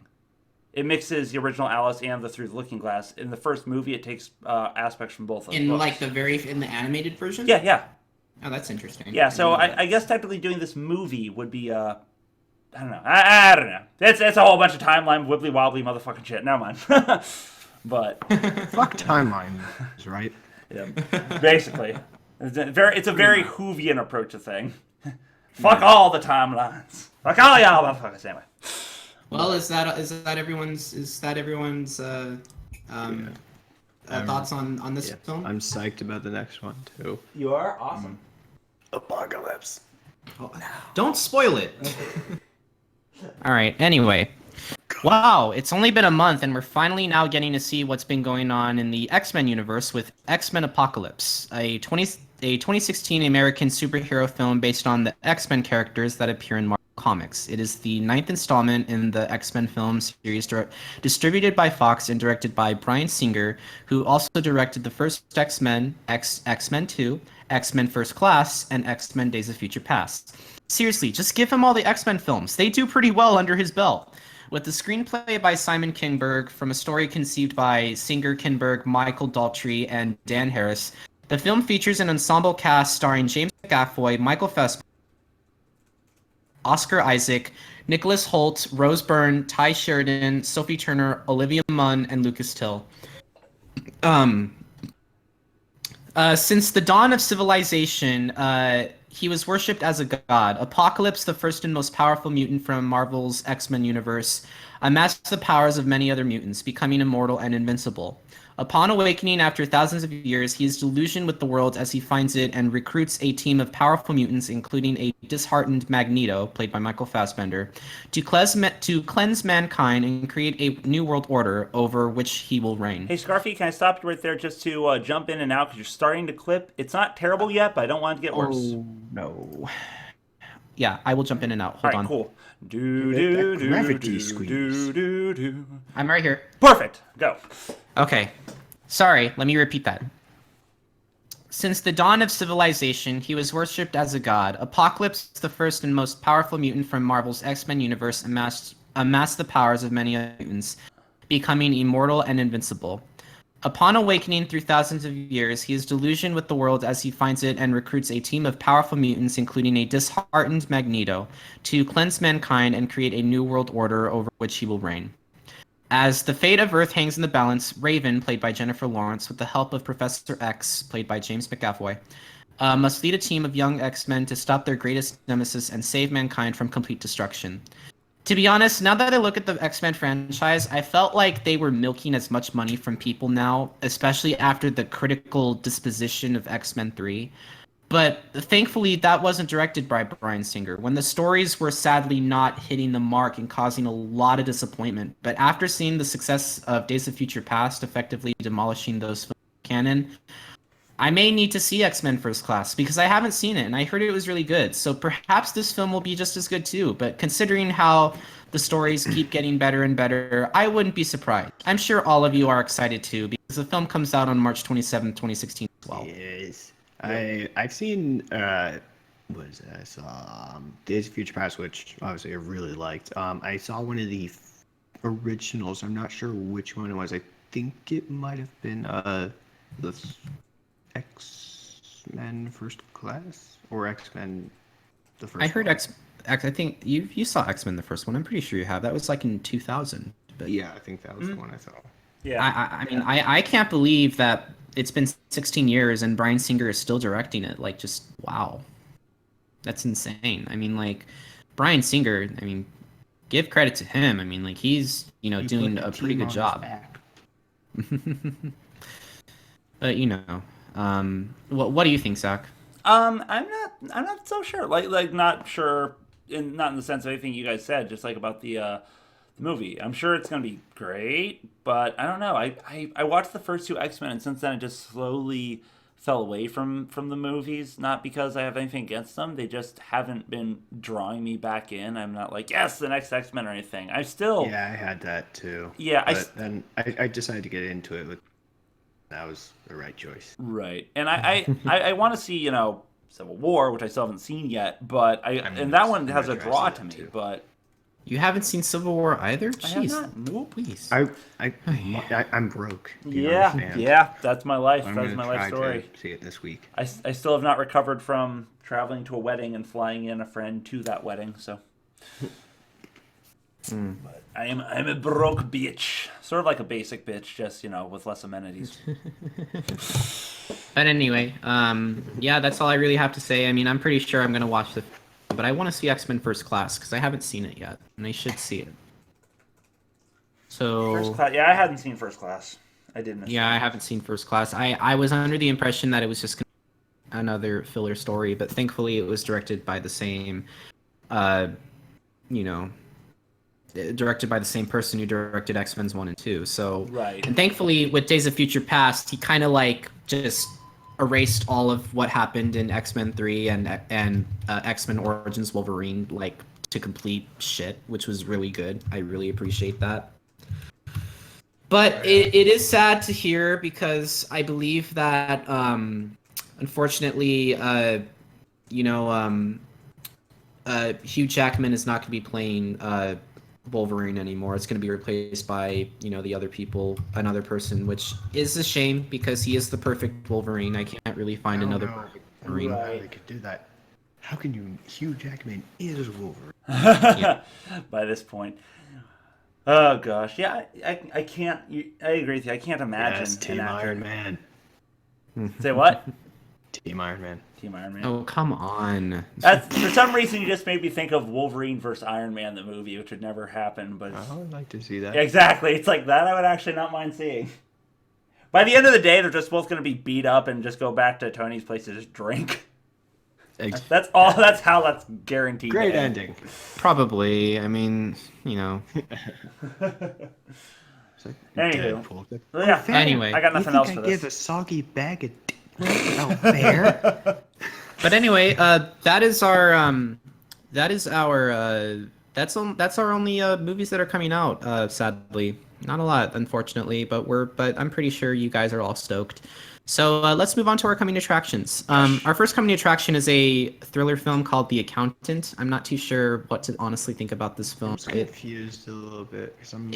I did a little bit of research, and it's this genius suddenly turns to a serial killer, which is interesting. But yeah, I mean, I got nothing for this one. It looks like it could be promising, but the trailer's just looking. Yeah, I'll agree with that. The trailers are wildly uninformative. It does look cool, but it's we say this a lot. It's a story that's been done before. It's like this person. Did you put it on the chat? Oh, sorry. But yeah, it's a story that's been done before. That's the person's a genius that also is able to do a lot of physically intensive stuff because he just has a concentration, drive, and competency to do the stuff he does. And it looks like he gets hired on by the Secret Service or something similar. And he's just this is sort of the life of this amazing person. What would be interesting is if it was based, and I don't know if it was or not because it didn't say anything, if it was based on a true story. Yeah, of course. I think movies like that need to be, at this point in time, based on a true story because it's not original to make up a mildly flawed character with incredible capabilities. That's been done. We've seen it so many times. No one most really definitely cares. So yeah. But anyway, I guess we can move on to our next film. The next film that is a horror film called The Woods. I honestly think it's silly, but I guess it'll appeal to some horror fans out like you. Yeah, the thing is that it's one of those ones where the trailer literally. Kruz? Yeah, it's the trailer literally tells you nothing. Yeah, I agree with that. I'm yeah, it looks like it could be promising, out in the woods. That frantic, holy shit, I can't see anything kind of horror. It looks like it could be that, but I'm just not sure because the trailer just told you nothing. Right. Yeah. It tells you nothing. And I guess they're going for that whole aspect of like the what leaves up to your imagination can help build the suspense and the fear. But at the same time, if you do better with your imagination than the actual movie when you see it, then you're going to be wildly disappointed. Yeah, I'm pretty sure it's just gonna appeal to certain horror fans, but like I said, it's not something that I'll probably see. I'm pretty sure it'll appeal to Kruz. Maybe I'm pretty sure it does. We'll but see about it. So Kruz, Shutterwolf just says inserts cabin in the woods. Yep. Yeah. Cabin in the So Kruz, Plot one thing with plot twist. It's the sequel. One thing that I noticed that was weird to me is, I mean, a lot of people make these things like, oh, top rated, top whatever. But for a horror film with very little that's actually told us about anything, it made some ballsy fucking claims. Like, this is the new generation of horror. Yeah, shit like that. It's like, that is some ballsy thing to say. But, like, the last real good horror film, besides, I would say, maybe Insidious, like, was The Conjuring. Are you gonna see The Conjuring 2? I want to, but I don't know. It kind of seems like it's a radical kind of, not too radical. It has the same characters in it, but the Haunting in Connecticut was kind of. It was The Haunting in Connecticut, Ghosts of Georgia. So it's like, well, which one is it? It's nothing to do with Connecticut. I'm like, I don't know. There's not enough Connecticut in here. You have advertised to me It falsely. literally has nothing to do with the original story. I'm like, just make a new story. Right. Yeah, of course. But anyway, I mean that's really all I got. I mean, I don't really, there's not much to say about this one. I guess we can move on to our next coming attraction. Sounds good. The Light Between Oceans. I looked at it. I mean, it's about a story about about this couple who lives in a lighthouse. Until out of nowhere, their child is another child who was lost at sea appears on their shore, and they take it, they raise it, but unfortunately there's this other unfortunate parent who doesn't really have the child anymore. So it's kind of interesting how this goes. I'm not too sure. It looks interesting. It looks beautifully shot. Like the colors, my God, looks great. I want to see how this film will hold up. Maybe it'll be another art film that people like. Not too sure. What do you guys think? Well, one thing you were mentioning, you said, or you kind of didn't, I don't know. But one thing is the child is actually, and this is in the trailer, so as far as I'm concerned, it's not spoilers, is presumed to be the lost child of a woman the couple that find the child meet, because she mentions her husband and baby were lost at sea, and they found the baby while the original couple are living at a lighthouse, and it floats on in, and it's like, oh, there's baby in a boat, and they take care of it. So the struggle is like, do I do the thing that feels right of giving this woman back her baby, but my wife and I are both very attached to this child because it seems like the wife raised it. Yeah, the wife can't have children. Yeah, it's a complicated love triangle. My love triangle's not complicated. Well, no, but I was gonna say love square, but that doesn't work either. Yeah, but so it looks interesting. I don't know. To me, it's not my favorite type of movie. I think I wouldn't. I think if I watch it, I'd enjoy it. But for some reason, I don't really want to see it in theaters. I don't think there's a point to it. So probably it's not. a whole movie. Yeah, probably. Also, because if it makes me cry like a bitch, I'd rather do that in the privacy of my own home instead of in theaters. Oh, you wouldn't believe. I had a friend who wouldn't cry to when a favorite character of his died, but when he cries in Marley and Me when the dog dies. Oh yeah. I'm like, now that hit me a little bit. I was like, oh, this.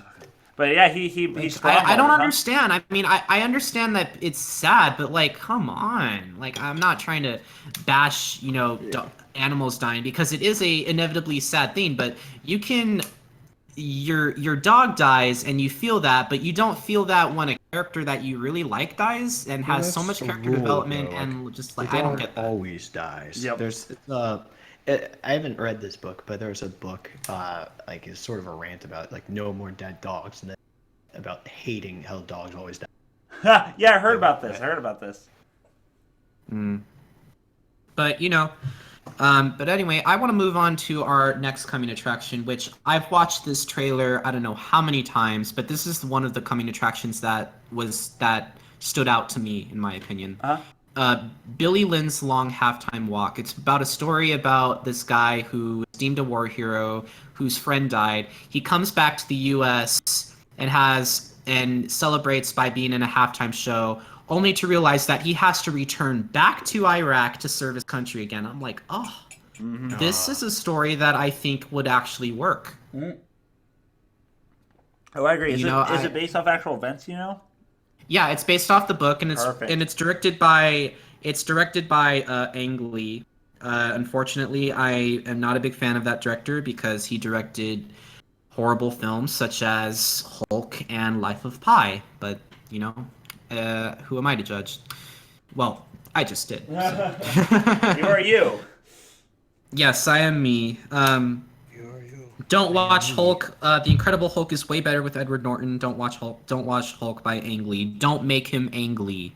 but anyway, Billy Lynn's Long Halftime Walk, I think, is one that I really want to see. Because after I read the premise of it, I'm like, this is a very fascinating case, and I feel like I'm drawn by the emotions of the character. This is the one that stands out to me. I don't know about you guys, but what do you think?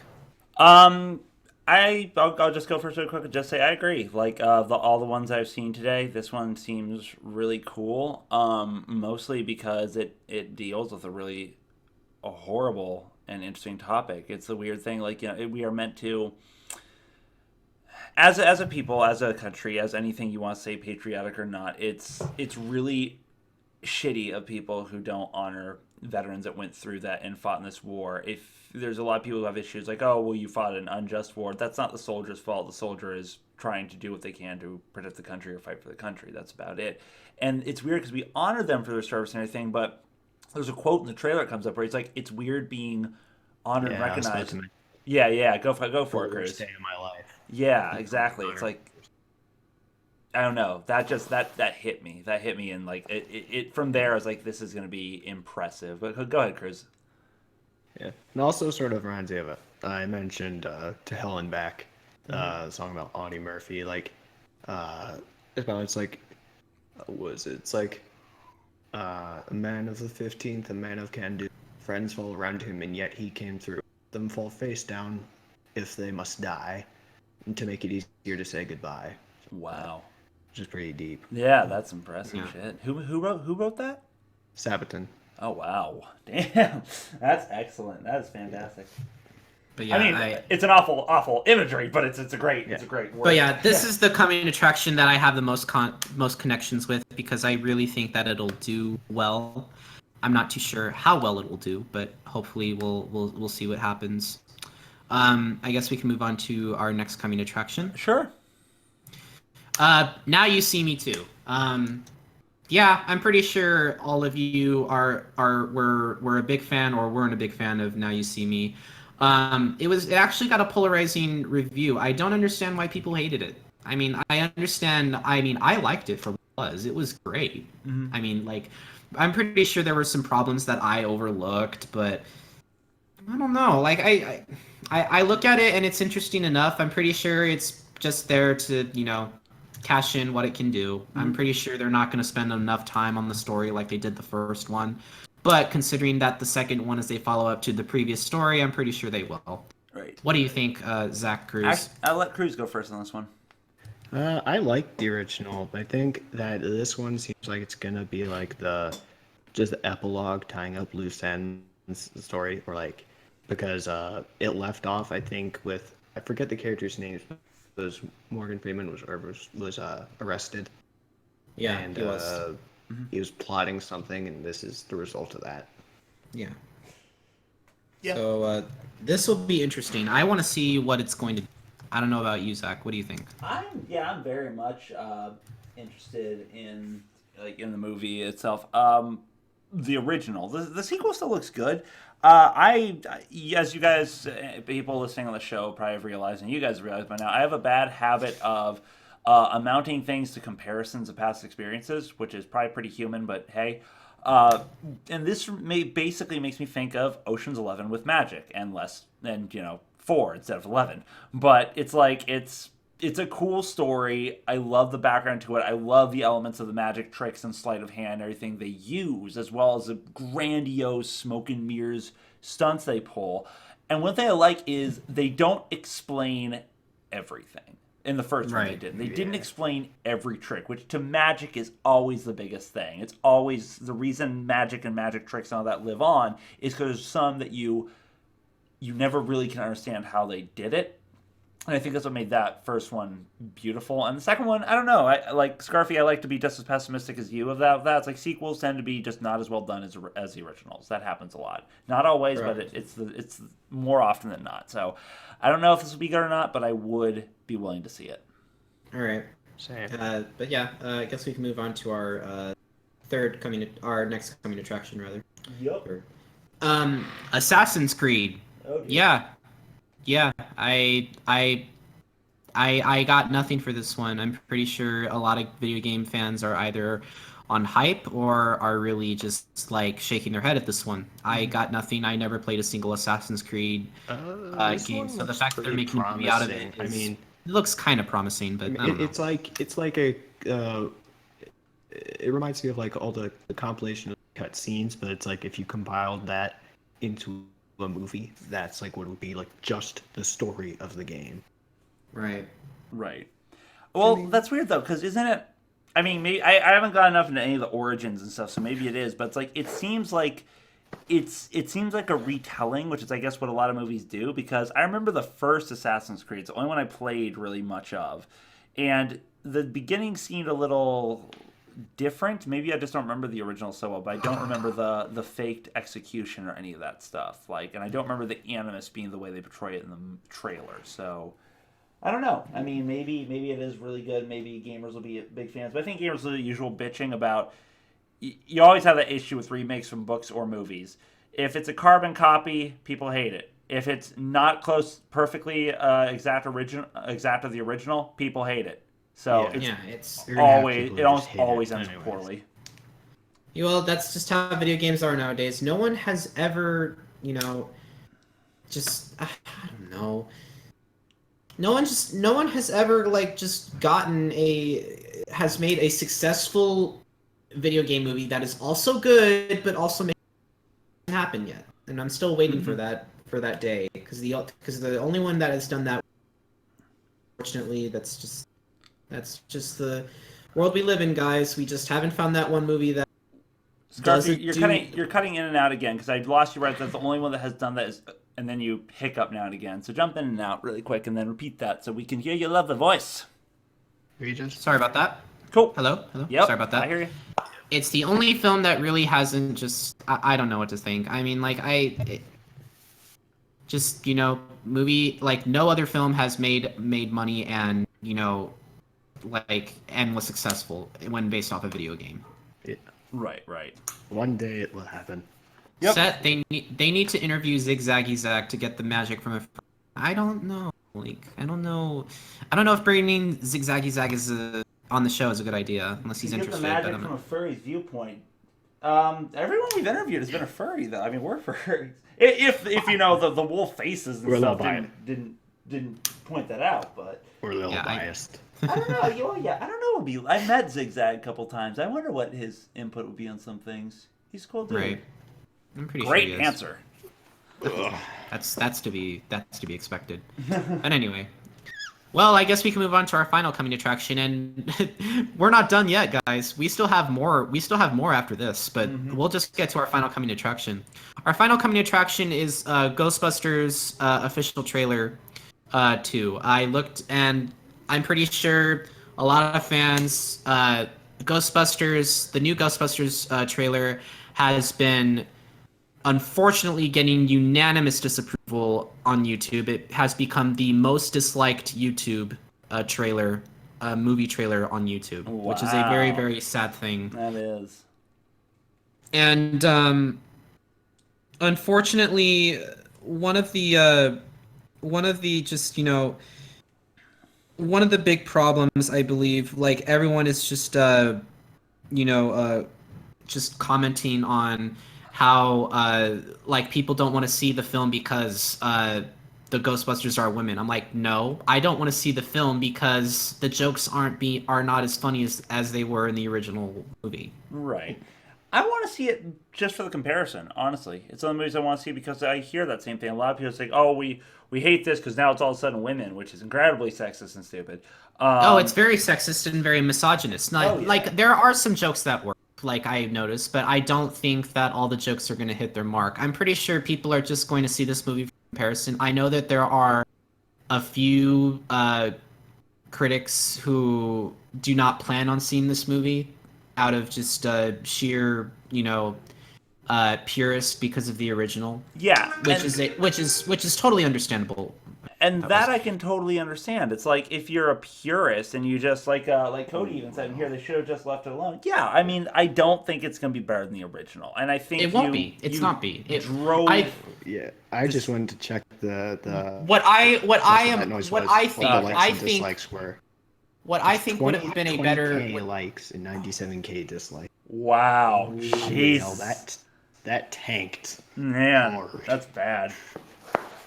Sorry, go ahead. Yeah, like what I'm under the impression, what I think would have been great is if you're gonna have the Ghostbusters be women, that's fine. But it would have been interesting if they told a story like these are the daughters of the.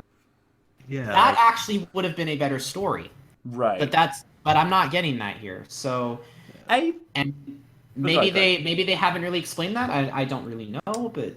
I think that would have been good, and I think the reason they did it is because of the other fear that if they had done it, a lot of people have been like, "Oh, they're doing this thing," but we'll probably see it anyway. I think they're afraid that would get a lot more backlash from just doing it all over.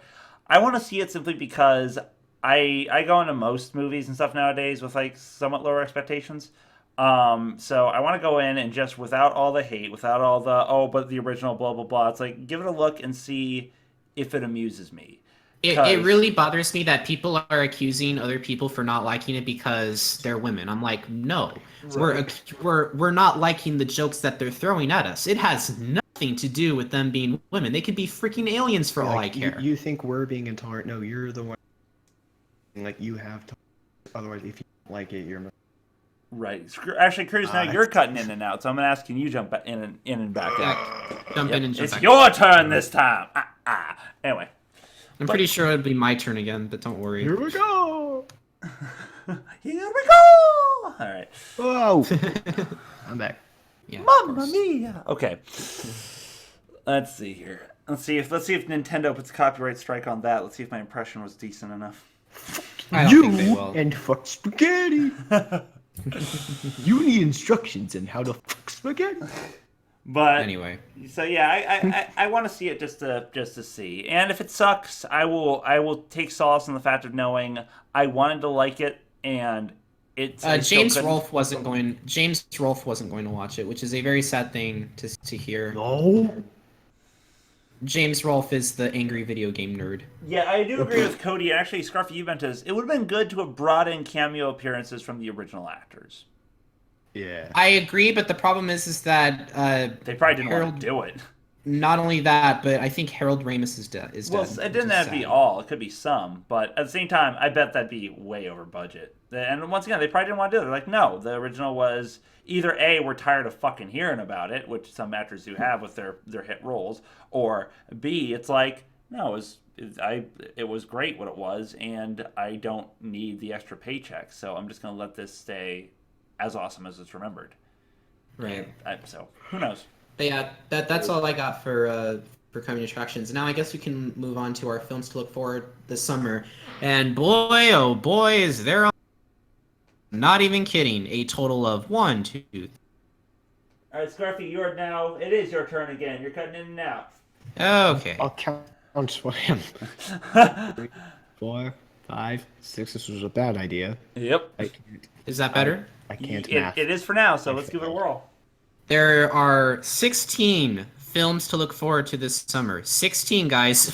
You thought music and video games was scarce. Oh boy, movies stay busy all summer long. So Here we go. Our first film to look forward to this summer: Teenage Mutant Ninja Turtles: Out of the Shadows. I have no interest in this film. It's just going to be, another Teenage Mutant Ninja Turtle film. I'm under the impression that it'll at least be better than the first one, and I do believe that this should have been the first one and not the second one. But even still, I mean, that's all I got. What do you think?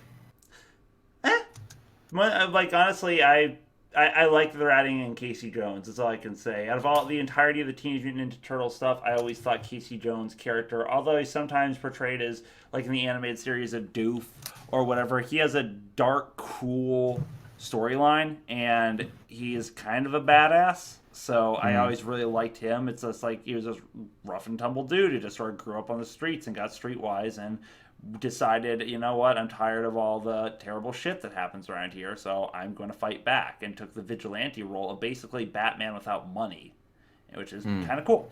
But beyond that, I have no love, and I will make this clearly known, I have no love for the new Teenage Mutant Ninja Turtles movies. I don't know why, I just don't like how they look, and if I have to hear fucking, like, the original characters were pretty big goddamn caricatures of whatever persona they're meant to embody. Like, Mikey's obviously the fucking, like, stoner washout surfer bra, and Donatello's always a tech nerd, and blah, blah, you know their stories, but it's just like, the movie is like, here we're making it plainly so obvious that we're basically beating you in the face with their personality so it can't be ignored. Like, yes, we get it, that's what these people want, please stop. So. Damn it, Nero. Yeah. What? The Keymaster. Yeah, I'm under that impression too. Nero. I think Nero's coming on to us. Anyway. So dirty. What do you think? What do you think, Kruz, about this movie? I don't hate Michael Bay. I mean, I agree that, like, I see the reason for him being hated, but like, it's just, it gives the same feel as like the later Transformers, like just right, of course, action. I mean, yeah, it's not bad action, but it's like the second Transformers was, I think second, was it Revenge of the Fallen? Yeah. Right. This looks a little too like falling apart CGI kind of, but it's not, doesn't look too bad. Yeah, I can see that. But anyway, dude. Oh man. Well, let's move on to our next film for the summer. Warcraft. Oh Lord. No, I like, a lot of people are either really excited or really not excited for this film. And for a while, I can kind of see why. Like, I don't understand like why a lot of people are. Do you think the movie's gonna suck? I don't know. I don't know if it'll suck. I never played World of Warcraft, so I wouldn't know what to think. What do you think? I'll let you take it first.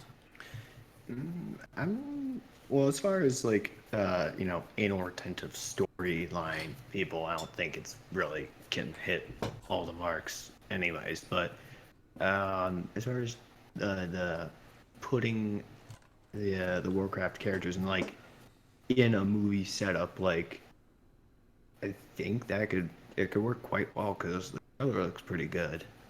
Right. What do you think, Zach? I never played World of Warcraft much either. I played a couple of MMORPGs and they're always kind of fun, but I have the same thing that I'm weirdly, I schedule a lot of my shit ahead of time, but I was always bad with scheduling time for that, and it's always fucking hard to just like keep up with other people who have more time and different schedules that you make friends with and build alliances with online. So that's why it wasn't a driving force for me. As far as the story goes, it looks pretty good. I mean, it's your classic fantasy medieval. Like, if you're into that sort of stuff, regardless of whether you like the game or not, you'll probably enjoy the movie. Let's just hope the movie's good. Just hope the movie's good. It's really. I mean, it is based off a video game. You know how those tend to be. But I mean, it's all honestly up to the preference. It's almost always up to the preference of people, because while it is based off I don't know, I guess it might be based off the original story of the World of Warcraft one. I don't know what the original story is. Chat, if one of you guys play it or know it, then you let us know. But I don't know. I think it could be good, but it's really just going to depend on what you want from it. If you just want a cool little action film with fantasy and medieval elements, boom, there you go. If not, then this probably isn't it for you. Hello? Want to move on to the next one? Sure. Let's go. Central Intelligence. Yes. This one looks interesting. I mean, it stars Dwayne "The Rock" Johnson, and I'm not gonna lie, the last part of the trailer was absolutely hilarious. Mm-hmm. Yeah, it's pretty funny. It's like, take the car. Oh, not that one. Oh. Yeah. I want to see it. I'm not gonna lie. This is one of the ones really? I really do want to see. It looks pretty damn funny. It looks very funny, and I like that The Rock just put himself into the character of, you know, the tubby kid in high school. That was absolutely hilarious. I kind of want to see if that's sliding on the floor. I kind of want to see if that's actually true of his background. Like if he actually. Oh, it is. It is. It is. You know for a fact that he was like bullied. Yes, I do. Okay, it is. That's the part that I think is really cool. It's like if that's true for him, even more so. But it's like I like those stories of it's like, you know, you work to become something better because you weren't. This has a double-edged sword to it, like saying to people, it's good to be happy with, you know, who you are and all that, but when you're not for whatever reason, and don't take like this to gospel life advice or anything like that, but it's like if you're unhappy with something about life, then work towards better. Everyone, no matter where you are in life, you always have an ideal goal or an idealized version of yourself you wish you could reach, and working for it is sometimes hard, but it pays off when you get there. And for the Rock in that movie, that idea, it's like, I love his quote to the guy. It's like, wow, you look great. You got to tell me your secret. It's like, I just did one simple thing. And it's like, what's that? I worked out for 6 hours a day, every day for 20 years. I'm like, that was beautiful. Yeah. It's like, boom. It's like, shit doesn't just happen. You have to make it happen. And I love that. So, but the movie itself just looks funny. I love it. Yeah, of course. But I want to see it. It looks interesting. I want to see it. Mm-hmm. But, you know, I guess we can move on to our next film. Glowing approval and appraisal. That's all we have for this. Next movie. Well, it's time for, on June 17th, Pixar finally releases their... We lost you, Scarfy. Oh, hold on. Let me get back in. So, as I was saying... There you go. I'm pretty sure a lot of Pixar fans are excited for this one because they loved Finding Nemo when it was released in 2003. It's been over, I want to say, I believe it was released in 2003, I'm pretty sure. I want to say it was, it's been like, 13 years since Finding Dory, and I can't believe it's been that long. Yeah. Am I having internet connections? Well, they once again, they're about 5-10 seconds before us. Oh, okay. Yeah, so they're probably warning me about that. Right. So, Finding Dory, I'm pretty sure a lot of people are excited for this one. We had it in our Zootopia episode 1, and yeah, I'm pretty sure everyone wants to see this one. Yeah, I agree with that. Of course you gotta see. Yeah, I'm a huge Pixar fan, so obviously I'm gonna see it. I'm pretty sure I don't know what to think of it. Hopefully it'll be as better, if not more funny than Finding Nemo. I don't have my hopes up. I don't know if anything can beat the mine sequels. Yeah. Well, there has been really good sequels to begin with. So, you know, I mean, at least this one will do pretty damn well. I don't know about you, but I think it'll do well. What do you think, Zach? Yeah, like it looks like a nice follow-up to Finding Nemo, and it's doing the smart thing. It is focusing on the most endearing and interesting character. Because I'm sorry, there are other. I mean, maybe okay, that might not be true. Admittedly, from what I hear, I've only seen parts of Finding Nemo. I've not seen the whole movie. So, but from what I hear and what I remember, the most memorable character to everybody was always Dory. So when you're making a sequel, why not focus on the person that got the most love back from your fan base? And that's what they did. Course, so absolutely. I think it'll be awesome. And from the trailer that I saw, it just looks like good old, you know, family friendly Pixar style fun. So I liked it. Yeah, but anyway, I guess we can move on to our next film. Yeah, sure. Wait, did Kruz get a chance to talk about it? Yeah, I think he did. Yeah. You talked about Finding. Yeah, he did. Yeah, I did. Independence Day Resurgence. A lot of people are either really excited about this movie or really not excited. Honestly, I don't understand why it's released on June 24th. I kind of think it would have been better to be released on July 4th. But maybe it'll get more sales that day. I'm pretty sure it will, but possibly. Probably not as much as opening day. Right. I mean, Are you trying to post it on the chat? Uh-huh. Okay. No, you can keep talking about it. Once again, there's a delay. Independence Day Resurgence is interesting. I mean, like, I want to see it. I guess, a lot of people are excited, and, like, I too am excited for this one, and, just wanted to be sure that a lot of people are having, fun with it. But what do you think, Zach? It looks great. Shame they couldn't get Will Smith back. Beyond that, Well, I mean, they made the trailer look like that. They made it like, yeah, but yeah, at least it continues the story from the original. It does, and they have Independence good Day. cameo characters. It looks cool. It's a nice follow up. It took some time for that follow up, but I think it will do well. Yeah, a lot of these just like revamps are coming up back from older movies are always interesting and a gamble. But unlike Ghostbusters, it looks like this one has been done more right. So I think it'll do rather well. Oh, absolutely. What do you think, Zach? I mean, what do you think, Cruz? Hey, Zach, what do you think? I don't know, Zach. What about you? What Hey, do you Zach, think? can you fix the lights? Hey, Zach, can you give me a sandwich? Fuck you, You Zach. got Get your own him stuck. sandwich. Sorry. You get him stuck in a loop. I think I'm a fan of these kind of films, but I haven't seen the original, but they made it look pretty damn interesting. Because I mean, I'd probably be a fan of any apocalyptic war type movie. Absolutely. But it's good. Sounds good. Is that all you got? Yeah. All right. I mean, I don't have many details about it, but I'm excited for the next one too. Let's move on to The Shallows. Ugh. Dun dun You're just not excited for this Dun. film, are you? No, Dun, dun. not one of the ones. dun dun Exactly. dun dun dun dun. I'm so over fucking shark movies. I'm Well, it doesn't look like any other. It doesn't look like Jaws. I mean, like, I understand that Jaws was the great granddaddy of shark movies, but I'm sorry, it looks. I actually really like. I like Jaws. I really liked. What was it? I like the concept of this movie.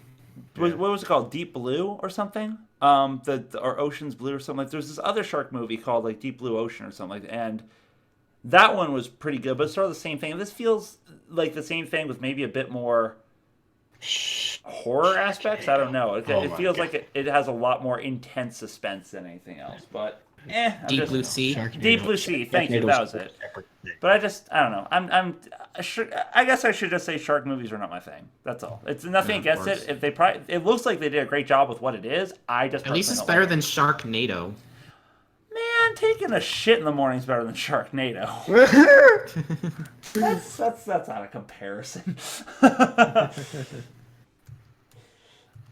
Jaws Paws. Have you seen Paw, Cody Fox, the Saw ripoff of the furry puppet movie? I don't know. I want to believe so, but I'm not too sure. Fair enough. All right. So, Cruz, do you have thoughts? Well, this one looks like I think it's an interesting take on the way shark movies go. I mean, she like how she's like I don't know, sort of like I said this like a while ago.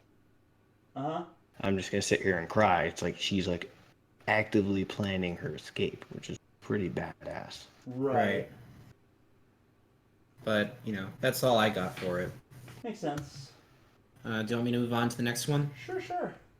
So guys, that were the films for June. Now let's move on to July. Oh, July actually has something for June. That must be fucking nice. We didn't have shit for music and video games. The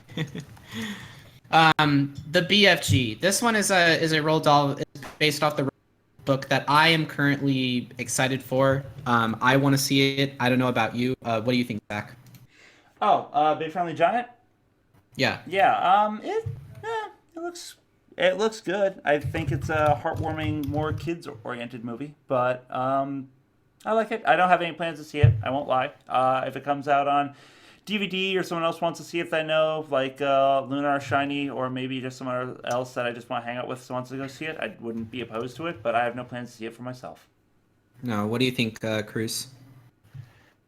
I wasn't sure what to think at first, but it's like I was like, oh right, this is a Roald Dahl story, and I'm not sure.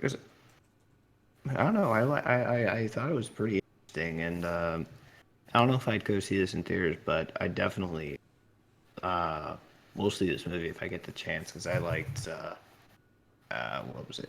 God, it feels like ages ago. James and the Giant Peach came out. Right. Yeah. Also, thank you to Nero.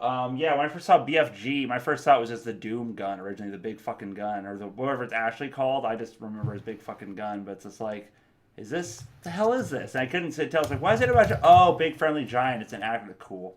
So that took me for a loop. Right. Roald Dahl is awesome. I still wish he was alive, but you know. But anyway, let's move on to our next coming attraction, The Legend of Tarzan. Yeah, live action Tarzan film. I'm not I haven't really seen a lot of trailers for this. Personally, I think this is one of the trailers that I've watched the least, though I have seen it. But to be honest, guys, I'm not really interested in this one. I don't know about you, but this one just doesn't really appeal to me, unless for some reason it gets rave reviews that says it's the best film that's ever made. That's ever been made. But it needed at least a 6 to 8 month separation from the new Jungle Book remake. Well, that's the problem. Yeah. You see Andy Serkis, who played Smeagol in Lord of the Rings, is actually going an actual adaptation of the Jungle Book. So there really is no so that argument is kind of quickly through. Okay, you're cutting it in and out again. So go ahead and repeat the person who played Oh my god. Oh my god. I really hate that. Play the song on the world's smallest violin. Anyway. Play the song of my people. Sorry, go ahead. Anyway, I have no intentions of seeing the film. And you did get my whole argument about Andy Serkis and all that, right?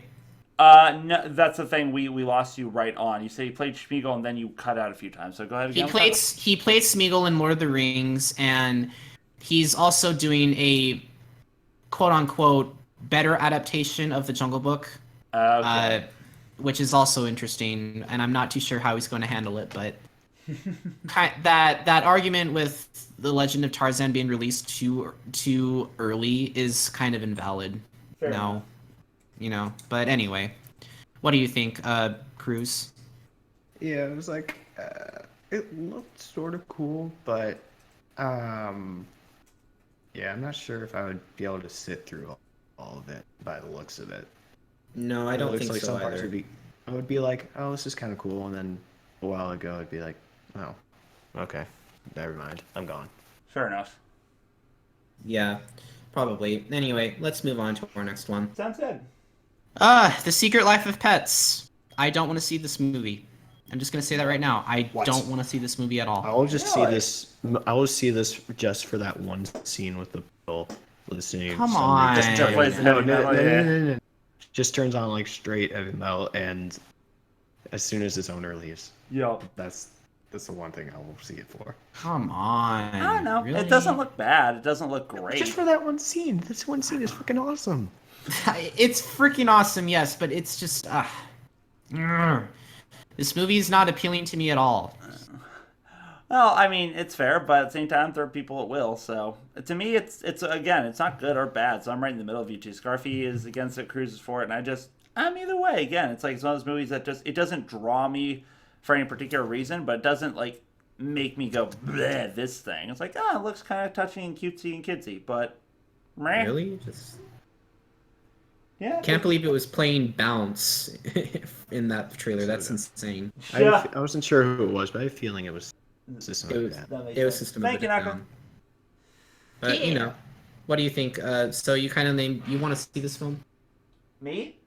Yeah. Oh, I don't give it. Like, honestly, I could take it or leave it. It doesn't seem bad, but I'm probably not going to see it in theaters unless someone else just has a really big draw for it. It's like, hey, I want to see this movie. You want to come with? And I look, I'm like, meh, yeah, sure, why not? If it was that movie. It's not like, oh, God, it's not like the shark movie we just talked about, The Shallows. They said, you want to see this? Like, yeah. Nope. Click. So.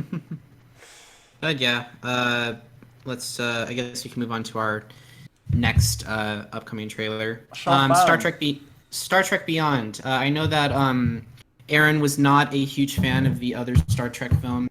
Personally, I just saw both of them because I what I was getting myself into.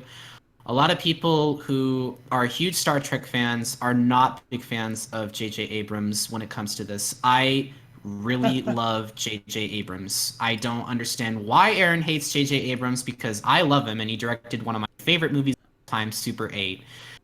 Is there a problem?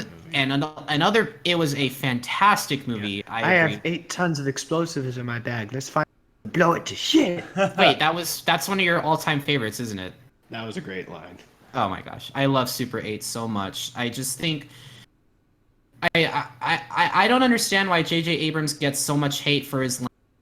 And if you don't know what a lens flare is, let me remind you. It's when the bright, flashy lights shine in the camera, and basically, like if you're looking at the sun, it's basically what would it be like if you were to look at the sun and it shines in your eyes. Personally, I don't really care. I think this is personally just his directing style, and I don't think it has anything, what he does with the story or the characters or the writing. So, you know what? I don't understand why people are hating on this film, but if people like Star Trek, I'm pretty sure they'll go see it. But it's. I mean, it's for the same reason most people don't like when new directors come over and take over stuff. If Aaron, I think Aaron is, if you're a fan of the original Star Trek, and you have a new director, a new person like coming in and just doing these movies and just doing it in a way that you don't think reflects the characters that's in your mind or from your experience, then you're going to get flack for it. Even if it's, regardless of whether it's good or not, it comes from the fandom's feelings about it. So, Scarfy, did you grow up or watch a lot of the original Star Trek? I didn't actually. I only watched these 2 films, and personally, I know that there was the original Star Trek movie, which totally bombed, and then The Wrath of Khan was obviously the better film. Well, that's the thing. It's personally, I haven't seen much of the series myself. I've seen a few episodes, but that's from that perspective. If you're coming from them, they would want something that reflects that series. And for you just saw the 2 movies that Abrams did, so that's your point of comparison. Your point of comparison isn't the originals or the diehard fandom that came with that. It's just these movies. Maybe I just need to watch the actual TV show, and that's not a problem. I think yours will be the separate though. If you watch the show, I think you'll feel the show isn't as good as the movies now because you like Abrams' work to begin with, and now you see the movies. I love Abrams. I love Abrams' work. I don't understand why people are just angry at him for his lens flares. I mean, they're not as bad as there weren't any lens flares in the Star Wars sequel. So I don't understand why people are so angry about his lens flares. Lens flares like that are usually intentional because of the effects of whatever's going on. I can understand the annoyance of it, but it's not like a bad quote. Right. And Kruz, you're gonna need to jump in and out because you're cutting up.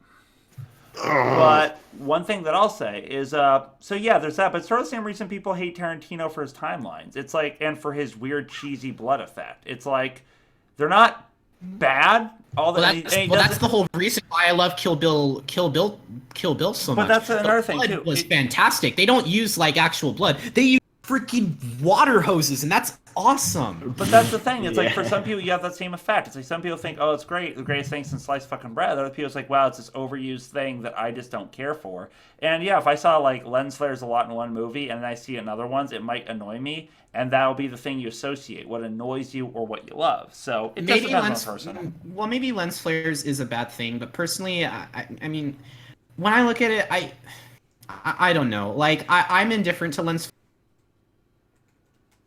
People personally, I'm more focused on the story than the freaking cinematography. And don't get me wrong, cinematography is needed for a good film. I'm not even kidding. Have you taken a look at Chronicle? It's told by a camcorder, but it's done in a way where it's pleasable to the eye, which is really good, and I like that. Yeah.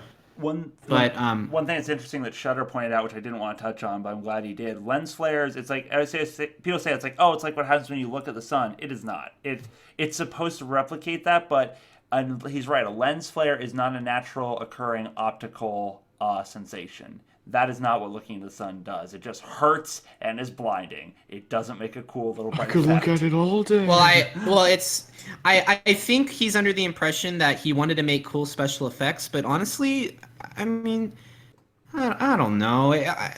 Can I amend one thing? If you like lens flares, I don't hate them. And if you think it's a cool effect, that's great. I'm not trying to sit here and play devil's advocate just to be like, oh, Scarfy's wrong, because I don't think you are. I'm just saying when you say the phrase, I don't understand why, I'm like, oh, well, this is probably why. I'm just seeing things from a different viewpoint and putting that out there. I have no preference either way. So to me, it doesn't matter. Abrams' stuff doesn't piss me off, nor am I absolutely in love with the guy. So, meh. But I'm just here to provide, juxtaposition. That's literally all I'm doing. So I don't mean to be stepping on your toes all the time, Scarfy. I'm just here to counterbalance. Of course. But anyway, love him or hate him, I love J.J. Abrams. I don't really care for his lens flares. They don't really bother me as much as they bother other people. But honestly, Star Trek Beyond, you guys are either going to watch it or not. And personally, I mean, if you are a hardcore Star Trek fan, you owe yourself to see it. Otherwise, personally, yeah, that's really all I have. I guess we can just move on to the next film. Sure that's thing. Upcoming. Jason Bourne. Not much to say about this one, sadly. There's no trailer for it. It's just Jason Bourne. I mean, like it's just another. There's no title for it lately. And I guess the only thing that is called Jason Bourne. And personally, I haven't seen any of the Jason Bourne films, so I mean, I got nothing for this one, so I think I've said this before, and I'll say it again. The only thing I really like about Jason Bourne, and I don't know why it amounted to Batman, I guess because the actors always change, is I like that Jason Bourne has, not necessarily because I have a thing for Matt Damon or anything or his acting, but I just like that Jason Bourne has been played by the same character every time. That I do like. Beyond that, I've seen the first movie, it was pretty good. Haven't seen any of the other iterations, but it's a fun little action-packed, crazy event. It's sort of our generation's version of Die Hard. Not to say they're the same, but it's sort of the same concept. So, Die Hard is great. What do you think? What do you think, Kruz? Aside from, I think the one I didn't see was Bourne was played by, but yeah, all of it you can consistently identify him as Matt. And which one is he? I think I saw the first of the Bourne movies. God, I don't know, but I really loved how they said. You really loved what? I just loved it. Kruz, you're cutting in and out again. How they set it all up. Oh God, my ping just went into the sky. Get right back. All right, we'll see you in a sec and continue with this. Yippee-ki-yay, motherfucker! Yeah, Bruce Willis. I love that. It's like, you killed that helicopter with a car. I was out of bullets.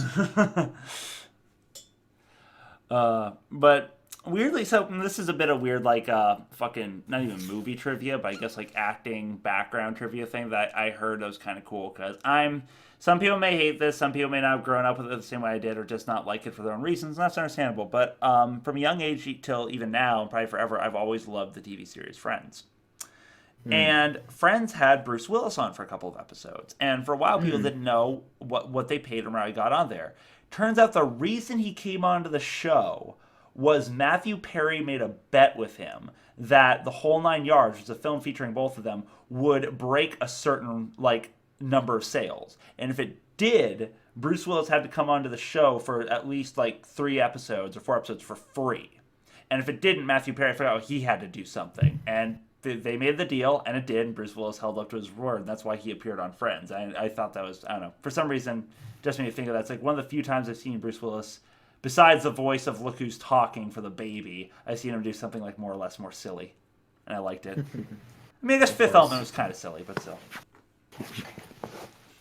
But anyway, Jason Bourne. What about it? Well, is there anything else you want to say? No, I'm good. Kruz? I don't know how it's gonna fit in with the story, but I'm willing to go see it because I really liked what I've seen from the Jason Bourne movies, and it looks kind of cool. He's gonna go into he's sort of remembering his past, but it might all be fucked up. Uh-huh. And to see how he handles that. Right. Confusion. Anyway, let's move on to our next film that I am personally excited for, Suicide Squad.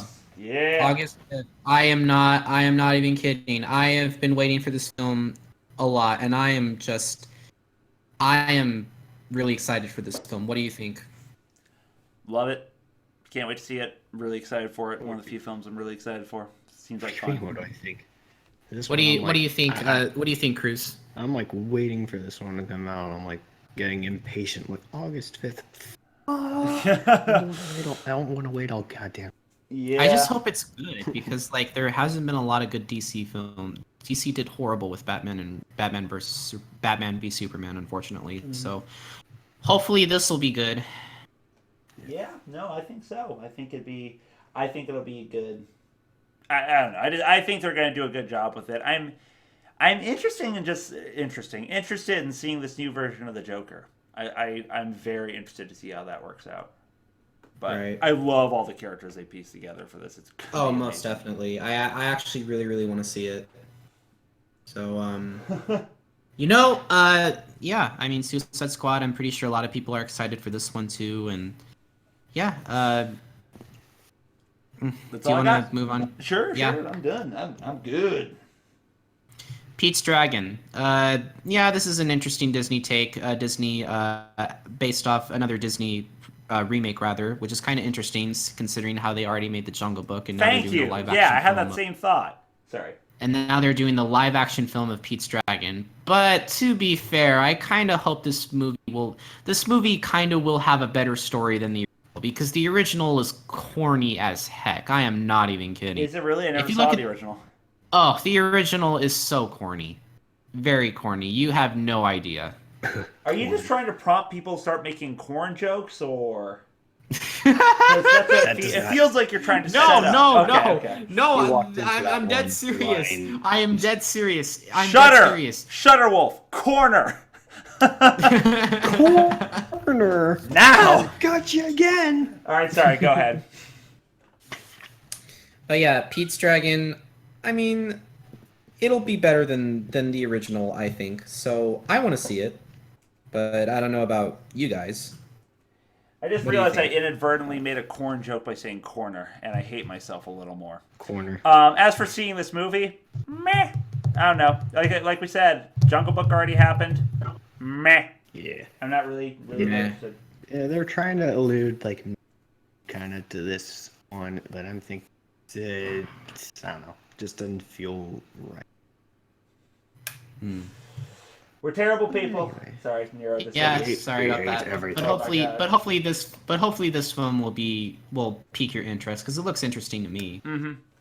It doesn't look like a retelling of The Odd Life of Timothy Green, which was a terrible movie, but hopefully this film will be better than its original, because the original was awful. It was corny, very corny. Fair enough.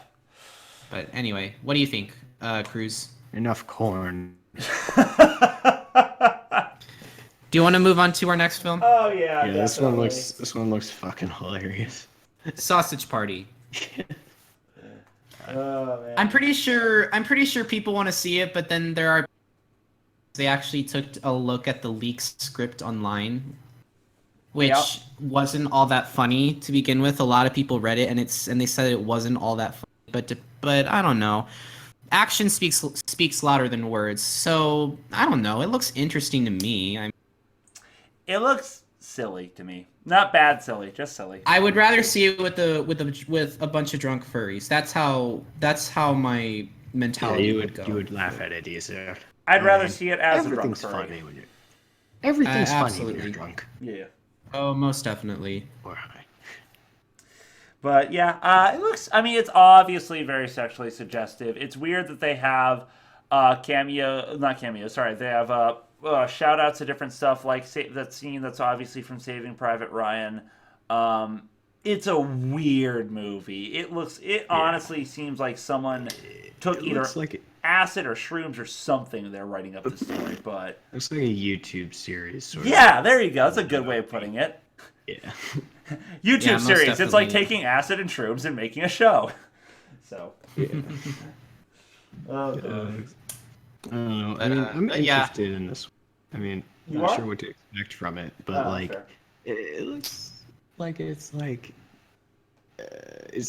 either something you could enjoyably rant about, add, or like it just constantly reference if you. Yeah. I think time is definitely going to tell with this. I think it has the potential to be one of those weird things that no one thought would be great and then turns out to be amazingly popular. But or it could honestly turn into like a weird sort of cult film. Like people just kind of love it because it's so fucking terrible. But I don't know. We'll see. Yeah. Anyway, our next film. Yep. All right. Our next film, Ben-Hur. It's a 2016 remake of the original.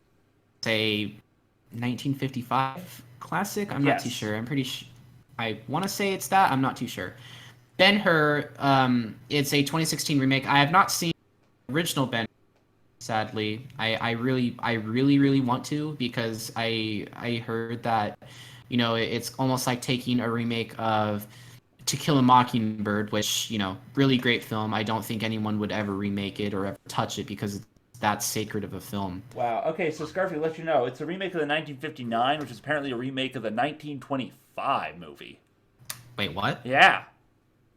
So the remake. Could you say that again, please? This movie is a remake of a one from 1959, so we were wrong about that year, but that was a remake, or at least an offshoot of an original Ben-Hur called Ben-Hur: A Tale of the Christ from 1925. Oh, that's interesting. Yeah, it's weird. So, Anyway, so this film is based off the 1925 film? No, it's based off the 1959 one. I think 1959 was like a weird offshoot of it from 1925. I don't know. I'd have to dig deeper. I just saw the dates. Mm-hmm. But anyway, continue. Yeah, I mean, like, I in order for me then to see this film, I would kind of have to see the original. I don't know about you, but that's just me. Yeah, I feel like I should, like, you know, to give proper perspective, but this one looks pretty good. Like, what do I want to say?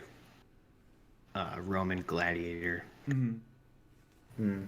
I like, weirdly enough, I heard about this film for a while because, for people who don't know, I won't say which one or any more about this, but I work at in university libraries, and there's a class that every year shows different films, and one of the films they show is that 1959 version of Ben-Hur. So I've heard about it 1,000 times, and I knew a little bit about it, but it's cool to see. This remake just looks cinematically fantastic. I think it's a great revival of something that old. So I think it'll be really cool. I think it'll do well. Let's just hope the story and characters are yeah, I want to know. But, yeah, obviously.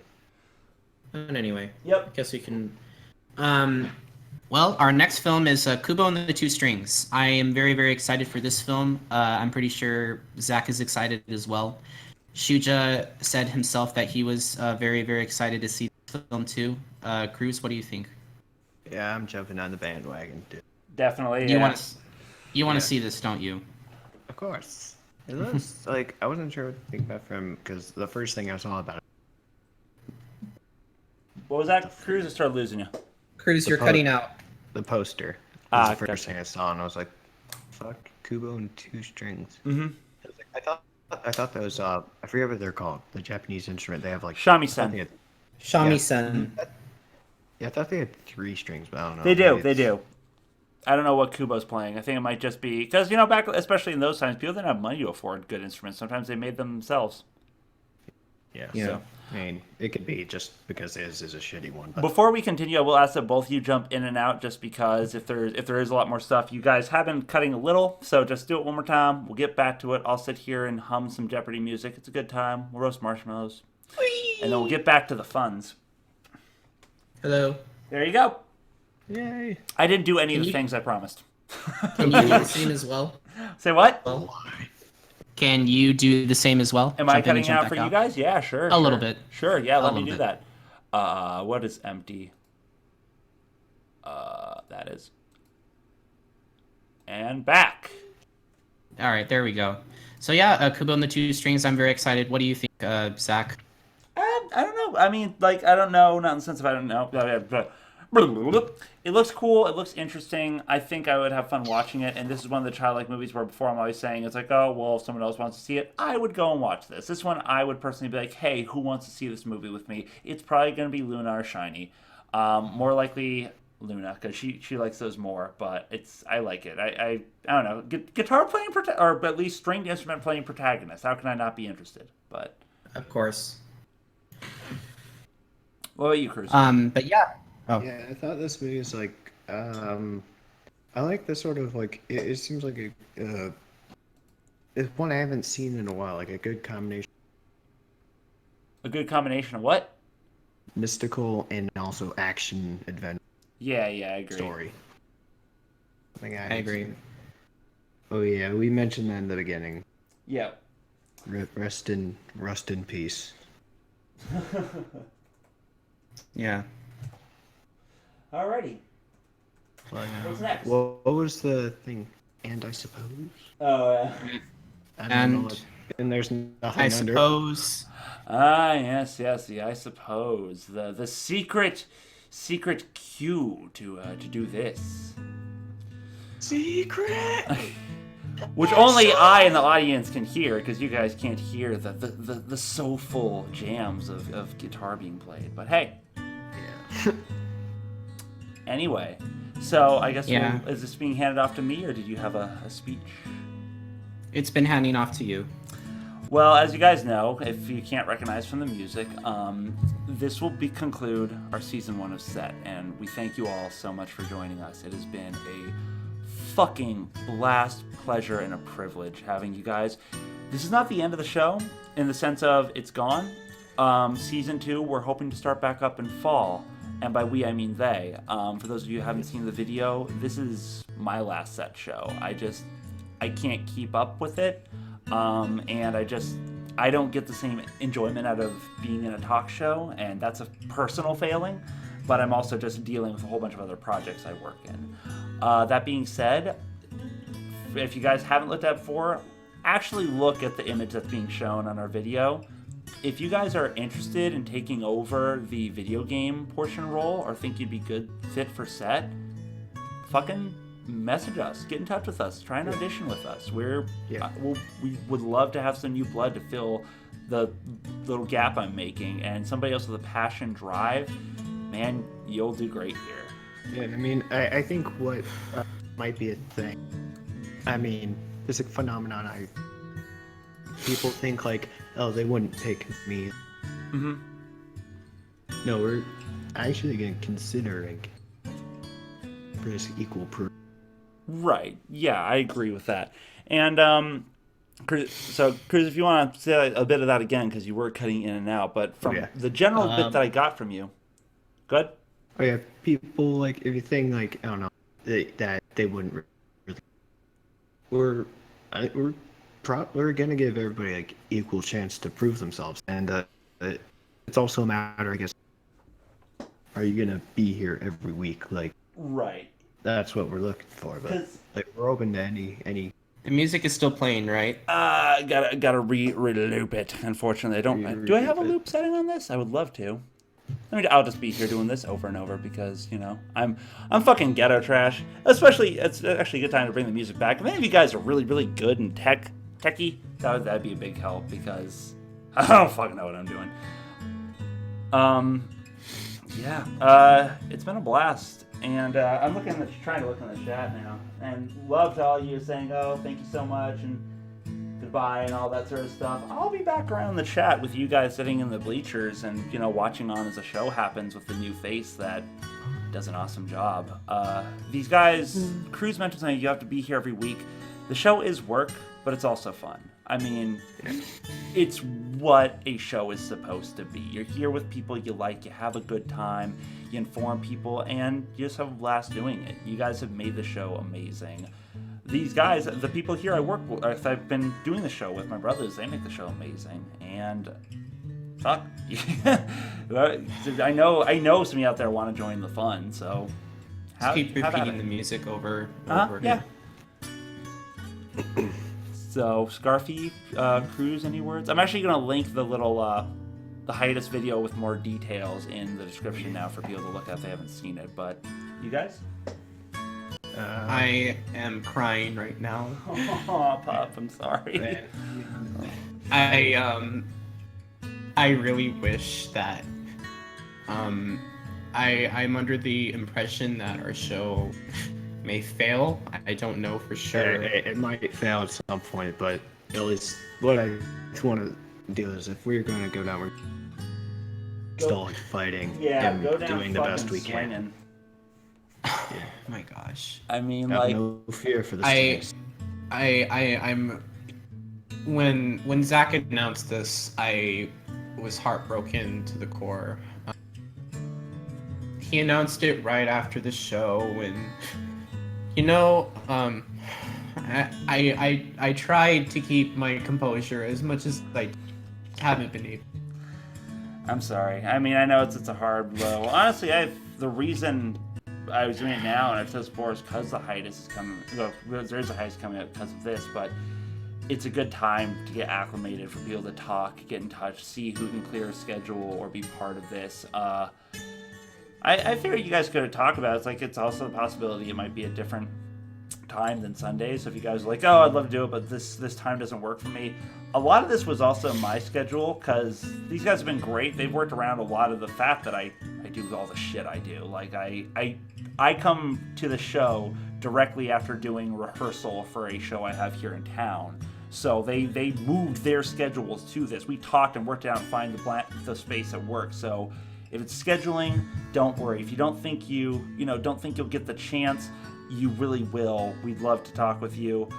The only things that you'll need, and I've mentioned this in the video I sent, are the ability and willingness to do it, to be talking on these shows, the ability and willingness to do the research, a decent internet connection, because as you can see, that's kind of important, and either have a mic or have some money to buy one. You can get a blue Yeti for $80 or a blue Snowball for $50, or if you just know mics and are enough of an audiophile, you can get probably a mic for a cheaper price is just as good if you know how to utilize it.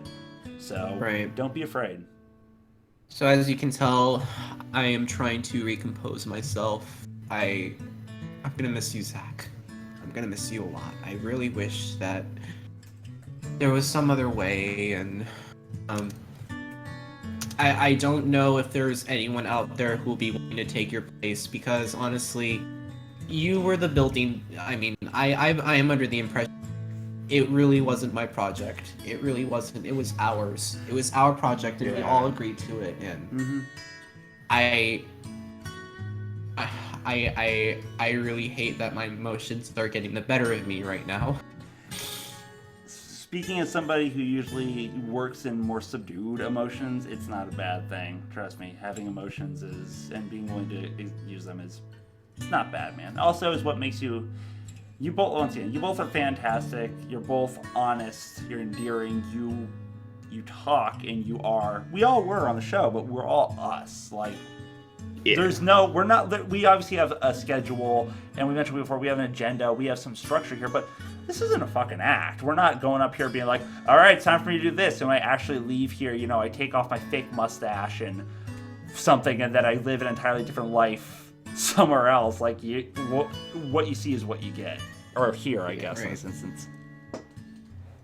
I think the one thing that really drew the show together was when we had that copyright strike filed on us, and I think that's what made our web show even stronger than it ever was. Yeah. And go ahead, because literally everybody's on our side. Because I could let loose a string of horrifying curse words, but I'm too tired to even do that. Kind of sad. But Bill and no one was gonna support, and obviously, like, we're the ones who have the power here. Yeah. And we used it to our advantage, and I'm glad to make our show even. I've enjoyed a lot during my time doing. I think you keep cutting. You keep cutting in. You're cutting in and out, but I heard enough to make a comment of this: is that you guys fucking like, and not to downplay you in any sort of way, but you guys fucking grew up and owned this shit. Like when this show went on, you guys got into your groove, figured out who you wanted to be, who you were doing this, and you made it awesome. To the viewers as well, especially when Scarfy was talking about and Kruz were talking about the copyright strike. Holy shit, you guys! Like, you are fantastic.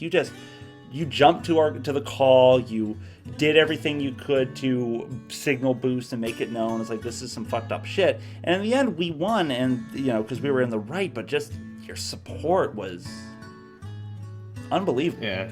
And that means everything to us. It's part of the reason I have so much faith in this project. Like, even without me, like, I'm not leaving because I think any badly of the show or anything. It is a personal fault. Like, it's not working out for me. But I think it's so cool because, like, here's this awesome show with awesome people still going forth and being strong and being able to do what it does best, which is be amazing with the people that hold it up so high. So it's part of the reason that we mentioned this, especially to you guys, about there being an opening. It's you, the audience, are the best, most likely candidates to continue what S.E.T knows, what S.E.T does, and keeping it great. You know what this is. Agree. You feel our struggle. You've been there for us. So we're passing this along to one of you to help hold it up. I'm just really hoping that I'm praying and hoping that someone will be able to fill in for us. I'm praying and hoping with the same dignity that Zach has, and who's really good at all this, and I mean, yep. I'm under the impression that after Zach leaves, which is a very sad time, the show won't be as good as it. And that's what I'm afraid of. And I mean, go ahead, Kruz. I'm not saying it can't be good. I mean, there have been many instances, using this analogy for like bands, where members leave and it's like, what are we gonna do now? Like, recent example was Slayer. Jeff Hanneman passed away, who's been with Slayer like the whole time. Mm-hmm. But then they added in Gary Holt, and they still managed to produce kick-ass music. So that it's like, it doesn't have the same feel as it always has, but I mean, it still will be great. Yeah, of course. Zach, yeah, I love you. I love you guys too. You're fantastic, and you'll always be my brothers. You'll come visit us, I hope, again. Always. Yeah, fuck, man, you can't get rid of me that easily. Yeah, well, I'm going to insist you be a guest at some point. I'm considering it, and we will keep in contact and see how that goes. I'm not promising anything, because if it winds out I can't for whatever fucking reason, then I don't want to oblige all the lovely people here that have supported us and been awesome. Or to you guys, for that matter. So. Right, and so I just want to say, Zach, it's not goodbye. No. It's just see you later, and I hope that you will come back, and I'm trying so hard. It's alright, man. The feels. I'd give you a hug if I could. I love y'all. So much feels. I'm trying really hard, and I know that the show will continue. I hope the show will continue. It will. I guarantee you it will. And I will say one thing that's kind of interesting, and people, I guess ever the hopeless optimist. You guys say it's not going to be as good without me, and I agree. But that's because I think it's going to be better. I think seeing someone with the passion and drive and a summer of which for us to talk, because I'll also be here with everybody to make sure things are still running right, and you'll be set up for the fall, for the little things I do to make it run right. You guys will know and be fine, and you'll be able to make something astounding out of this. So a few years down the road, when things are going amazing for S.E.T, and I can just look over and be like, I'm proud of what they've become. I'm proud of what this has turned into, and I'm really proud that it didn't need me. Because that's, to me, that's more important. I mean, you want to say throwing, like, I mean, well, I don't want to say we don't need you, but when you feel like you need them at the time, but then I think it's like, this just occurred to me, like what's the movie? The Wizard Nanny, whatever. I can't remember the name for the life of me. Are we talking Mary Poppins? No. Okay. But we'll figure out the name later. But it's like when you don't think you need me, you do. Nanny McPhee. Yes, yeah, that's it. thank you. Thank you. Oh, man. But I'll be back around, and I'll be chatting. And to anybody who wants to or thinks there's someone who'd like to be in the show that for whatever reason has not mentioned to a friend about this, then let them know. We'd like to have the wealth of people to audition have chances, but we obviously have preference to you guys and want you to hear first because... We do. Fucking amazing. Please, by all means, send us... I look at the chats and I see what you guys post half the time, and they're both informed and fucking hilarious. So I'm like, damn, why are these people not on? So yeah, I mean, I sometimes feel like I miss things, and I'm like, oh wait, I'm supposed to be the smart one here. I wish that I could put the chat like in the side of the video that was technologically advanced, so when people watch it, could see the shit going. That'd be really cool. I wish I had some support. It's been really hard to, be here every Sunday and take time out of my schedule to do the things that I love to do. And oh my gosh, I've never been this happy before. It's becoming something really great, and man, Zach, apparently people love your emotions, Scarfy, because I just see the viewer count climbing.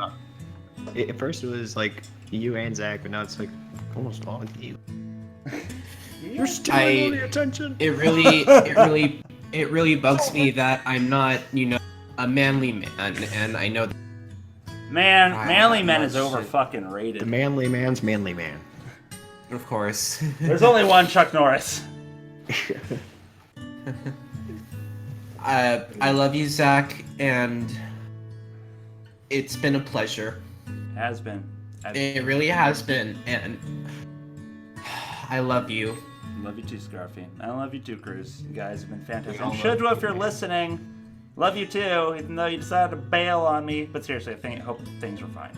I'd be very sad if he had to leave because of an emergency or something, but I will check on him after because it wouldn't be right without him. Of course. Is there anything that you would like to say for your goodbye speech? Sure. Zach? Sure. Oh, God, yeah. When we started Subwuffer Entertainment Treehouse, I always say it was Scarfy's, baby Scarfy's idea, and while he likes to deny it and say no because of the amount of work, I did a decent amount of work setting things up just from past stuff I knew. And the reason I did it was because of Scarfy's infectious passion for the show that he had to make it happen. And then we had people like Kruz and Shujja both joined on, and they were just as, or at least Billy at this point, they just as much wanted it. They thought it was a cool idea. They were really into it. And the more the show went on, like you said, a stronger bond formed. It became better. Viewers came in, all of you listening. You made the show more fun, more interesting. You gave us feedback. We got to talk. And now it's become something that is amazing. And I keep using the word amazing, awesome, because there's no other way to describe it. And it can continue to be even greater and better. Not even by sense because it's going to evolve and become something huge, but just what it is so great that it has nowhere really to go but staying the course of being wonderful. You guys have been around and we've been hanging out and talking, and I know you guys can handle this. I know you guys can do it and keep it going. I know whoever you bring on is going to be someone of equal incredible traits, characteristics, and personality. I have no regrets about starting S.E.T. I have no sadness about all the work that we put into it because it's something that is wonderful and can continue that way. And I have nothing but optimism and a little bit of giddiness to see where it goes from here on in. It's just gonna be it's gonna be cool. It's sort of I don't know, it's all of our baby in a way that we get to see where it walks off to. And you guys will still be holding its hand, and I'm basically going to be the bummy, older brother who moves out to college. But that's about it. Well, I'm still in college. You are in college, yeah. Life college, I don't know. I'm making a metaphor, man. honestly, it's like, I don't know. I feel like, I don't know, I've never been able to embrace, like, oh, you have your own podcast, that's so cool, like, you're popular or something. Mm-hmm. No, I've never been able to embrace, like, I still feel like I'm just, like, I don't know, just like, I just want to say I feel humble. It is like a godsend, a great opportunity for me that, and I mean, I enjoy spreading the word about music and all this other stuff that, I don't know, I mean, it makes me feel good. Mm-hmm. And I mean, you know, talking about things you love with people, and like it doesn't feel like popular for. Right. We make it sound fun. I mean, I would assume to people. Yeah. I want to thank all our listeners and fans, especially those who have been the start and through, obviously through the copyright strike. Mm-hmm. You guys really put the show on your backs, and I want to quote Metallica here, saying like, you know, we do our best, you're the rest, and you make it real. You know, you're the guys who, you know, that can be good, but like the real critical part of it, like how we interact with you guys, the fans. You guys, you're the reason that I love to do this. Mm-hmm. That like, just to like see your reactions to stuff and to interact with you all. Yeah. You know, I'm finally done with the tears. Zach, you know, the show can't. I don't know. I felt like you were the basis for our show. You were the one who created all of the, you know, the technicalities of it, and it was a lot. I really think that me coming up with the script to do the show was even more so. I mean, was not as much as you. You know, I think that, you know, it's going to be very, very hard to leave without you, and I'm hoping that you'll visit the treehouse again someday. Always. If I remember correctly, in the RP of the treehouse, I'm the one that built the fucker. So. Well, we helped. You did. I helped. I broke it. I hope I'll come fix back. it again. Bye, Zach. Wait a minute. This is my house. This is my only house. So, yeah, Zach, it's been a pleasure, and you'll always be our brother.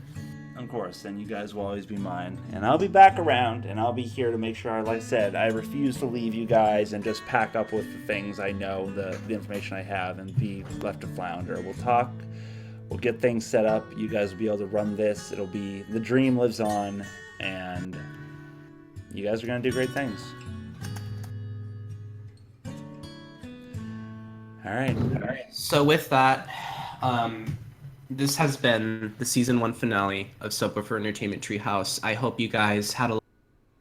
I know that we did, and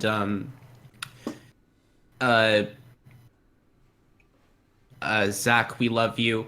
We really do, and we hope that you'll be there. We hope that you'll visit. Always. You ain't getting rid of me that easy. I said it before. I'll say it again.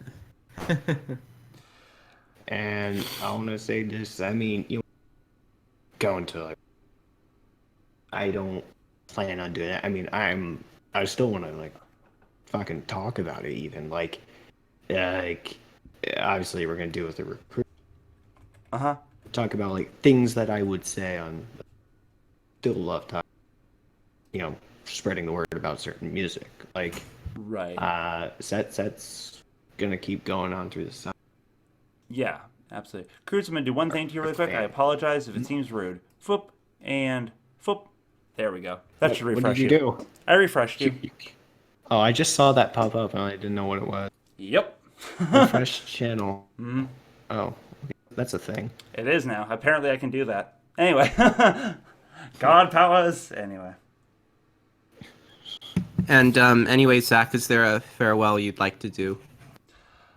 Stay amazing, all of you, to each other, to S.E.T, as part of S.E.T, even if you're not the one who wins the audition or decides to audition, as part of it, listening and contributing. All my love to you. You make this amazing. You're the people who make the fandom amazing. And stay that way. And I will see you when I do. And of course, cheers, kids. Shujja contacted us, and he said, "Is the chat still on?" And I think we should let him back in. Sure. If he's ready, if he's able, definitely. I could cue up the sad music again. I was letting it die down. So his entire area network was knocked. Holy shit! Really? Damn.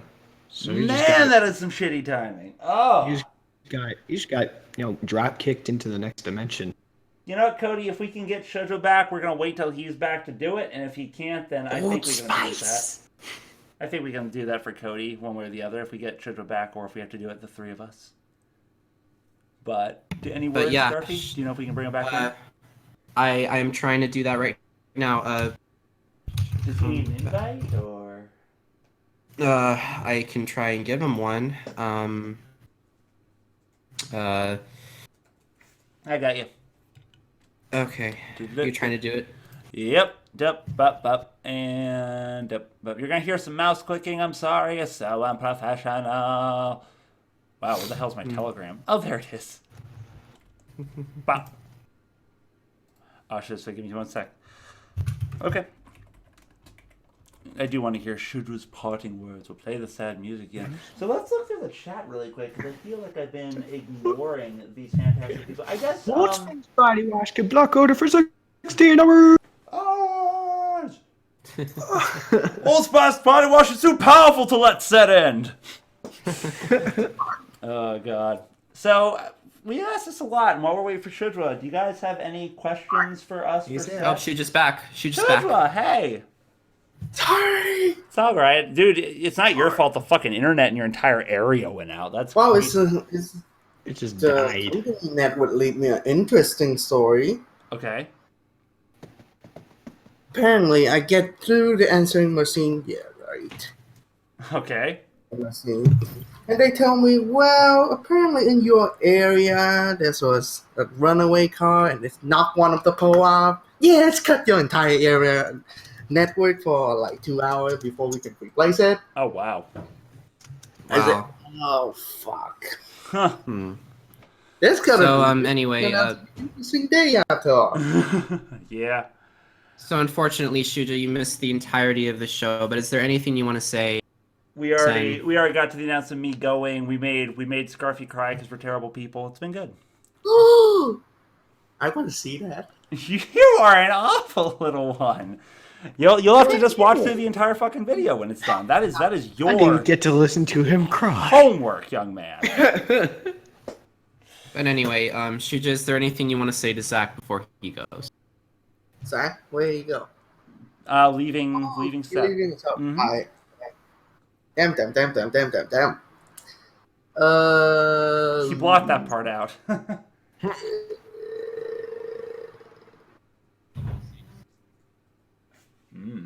I like how he just ends on no idea what to say. I'm sucks at this.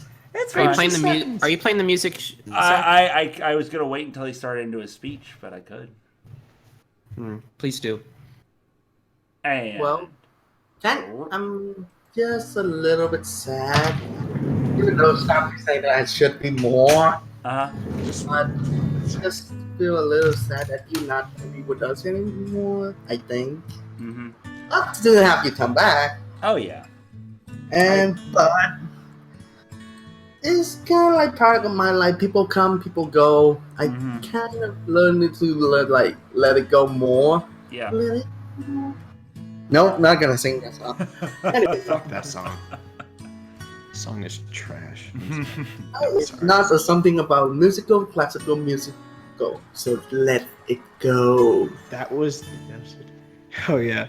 It's like the fucking one from Zootopia. So let it go. I already got the Blu-ray. I'm waiting on that. I'm waiting on that too. There's some deleting scene inside that blue pair that I cannot wait to see. Oh boy. So anyway, with this, I will begin the closing, and Zach, you will end us off with the speech. Another one? Have I done like 3? Sure, okay, why not? All right. Okay. Well, guys, it's time to wrap up. My name is Scarfy Conley, and thank you so much for all the wonderful memories we had on Subwuffer Entertainment. Season 1 is now concluded. We had a lot of fun. We hope to see you again in Season 2, hopefully in the fall. Hopefully we'll find someone with meager talent, beautiful, who wants to just, hang out with us as much as we do. Hopefully we'll find someone with a burning passion. And yeah, my name is Scarfy Conley, and I'll see you in the fall. Yeah. Farewell to all of you. You guys are the real MVPs. That's another meme for you. One last goodbye meme. You're the real MVP. God damn it, you guys, you make it sound like a funeral or something. Funerals don't have memes, or at least yet. Mine will. I will have carved on my tombstone. My life is a collection of dank memes. Excellent. The dankest memes. So dank we can't show them on TV. But seriously, Shujja, you want to give yours? Oh. Now you put me on the spot again. Anyway, well, it's been a fun ride, even though I missed a lot. I'm really terribly sorry for that. It's not your fault. Yep. But these 3 lovely wolves will be entertaining you more come the fall. And everyone wants us to start a howl. Oh, right. One last goodbye howl. That'll be the speech, and you guys can join in. No. Well, it's going to happen. Yeah. And Coffee. Oh! It's not.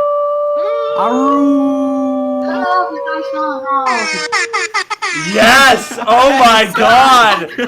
That was the best thing ever! Yes. I was waiting to do that. Ever. Cruz, you are my hero. Have my babies. I waited, what is it now? 4 hours to do that. Oh man. That was fantastic. Yes. Awesome. And this is precisely the reason the show is going to continue doing great, because you guys are fucking hilarious and fantastic and amazing. I'm Zach Gray, and for not the last time, not the final time, but one of the last that you'll probably hear for a good long while, take care of yourself, kids. Cheers. Oh, I'll take care of them.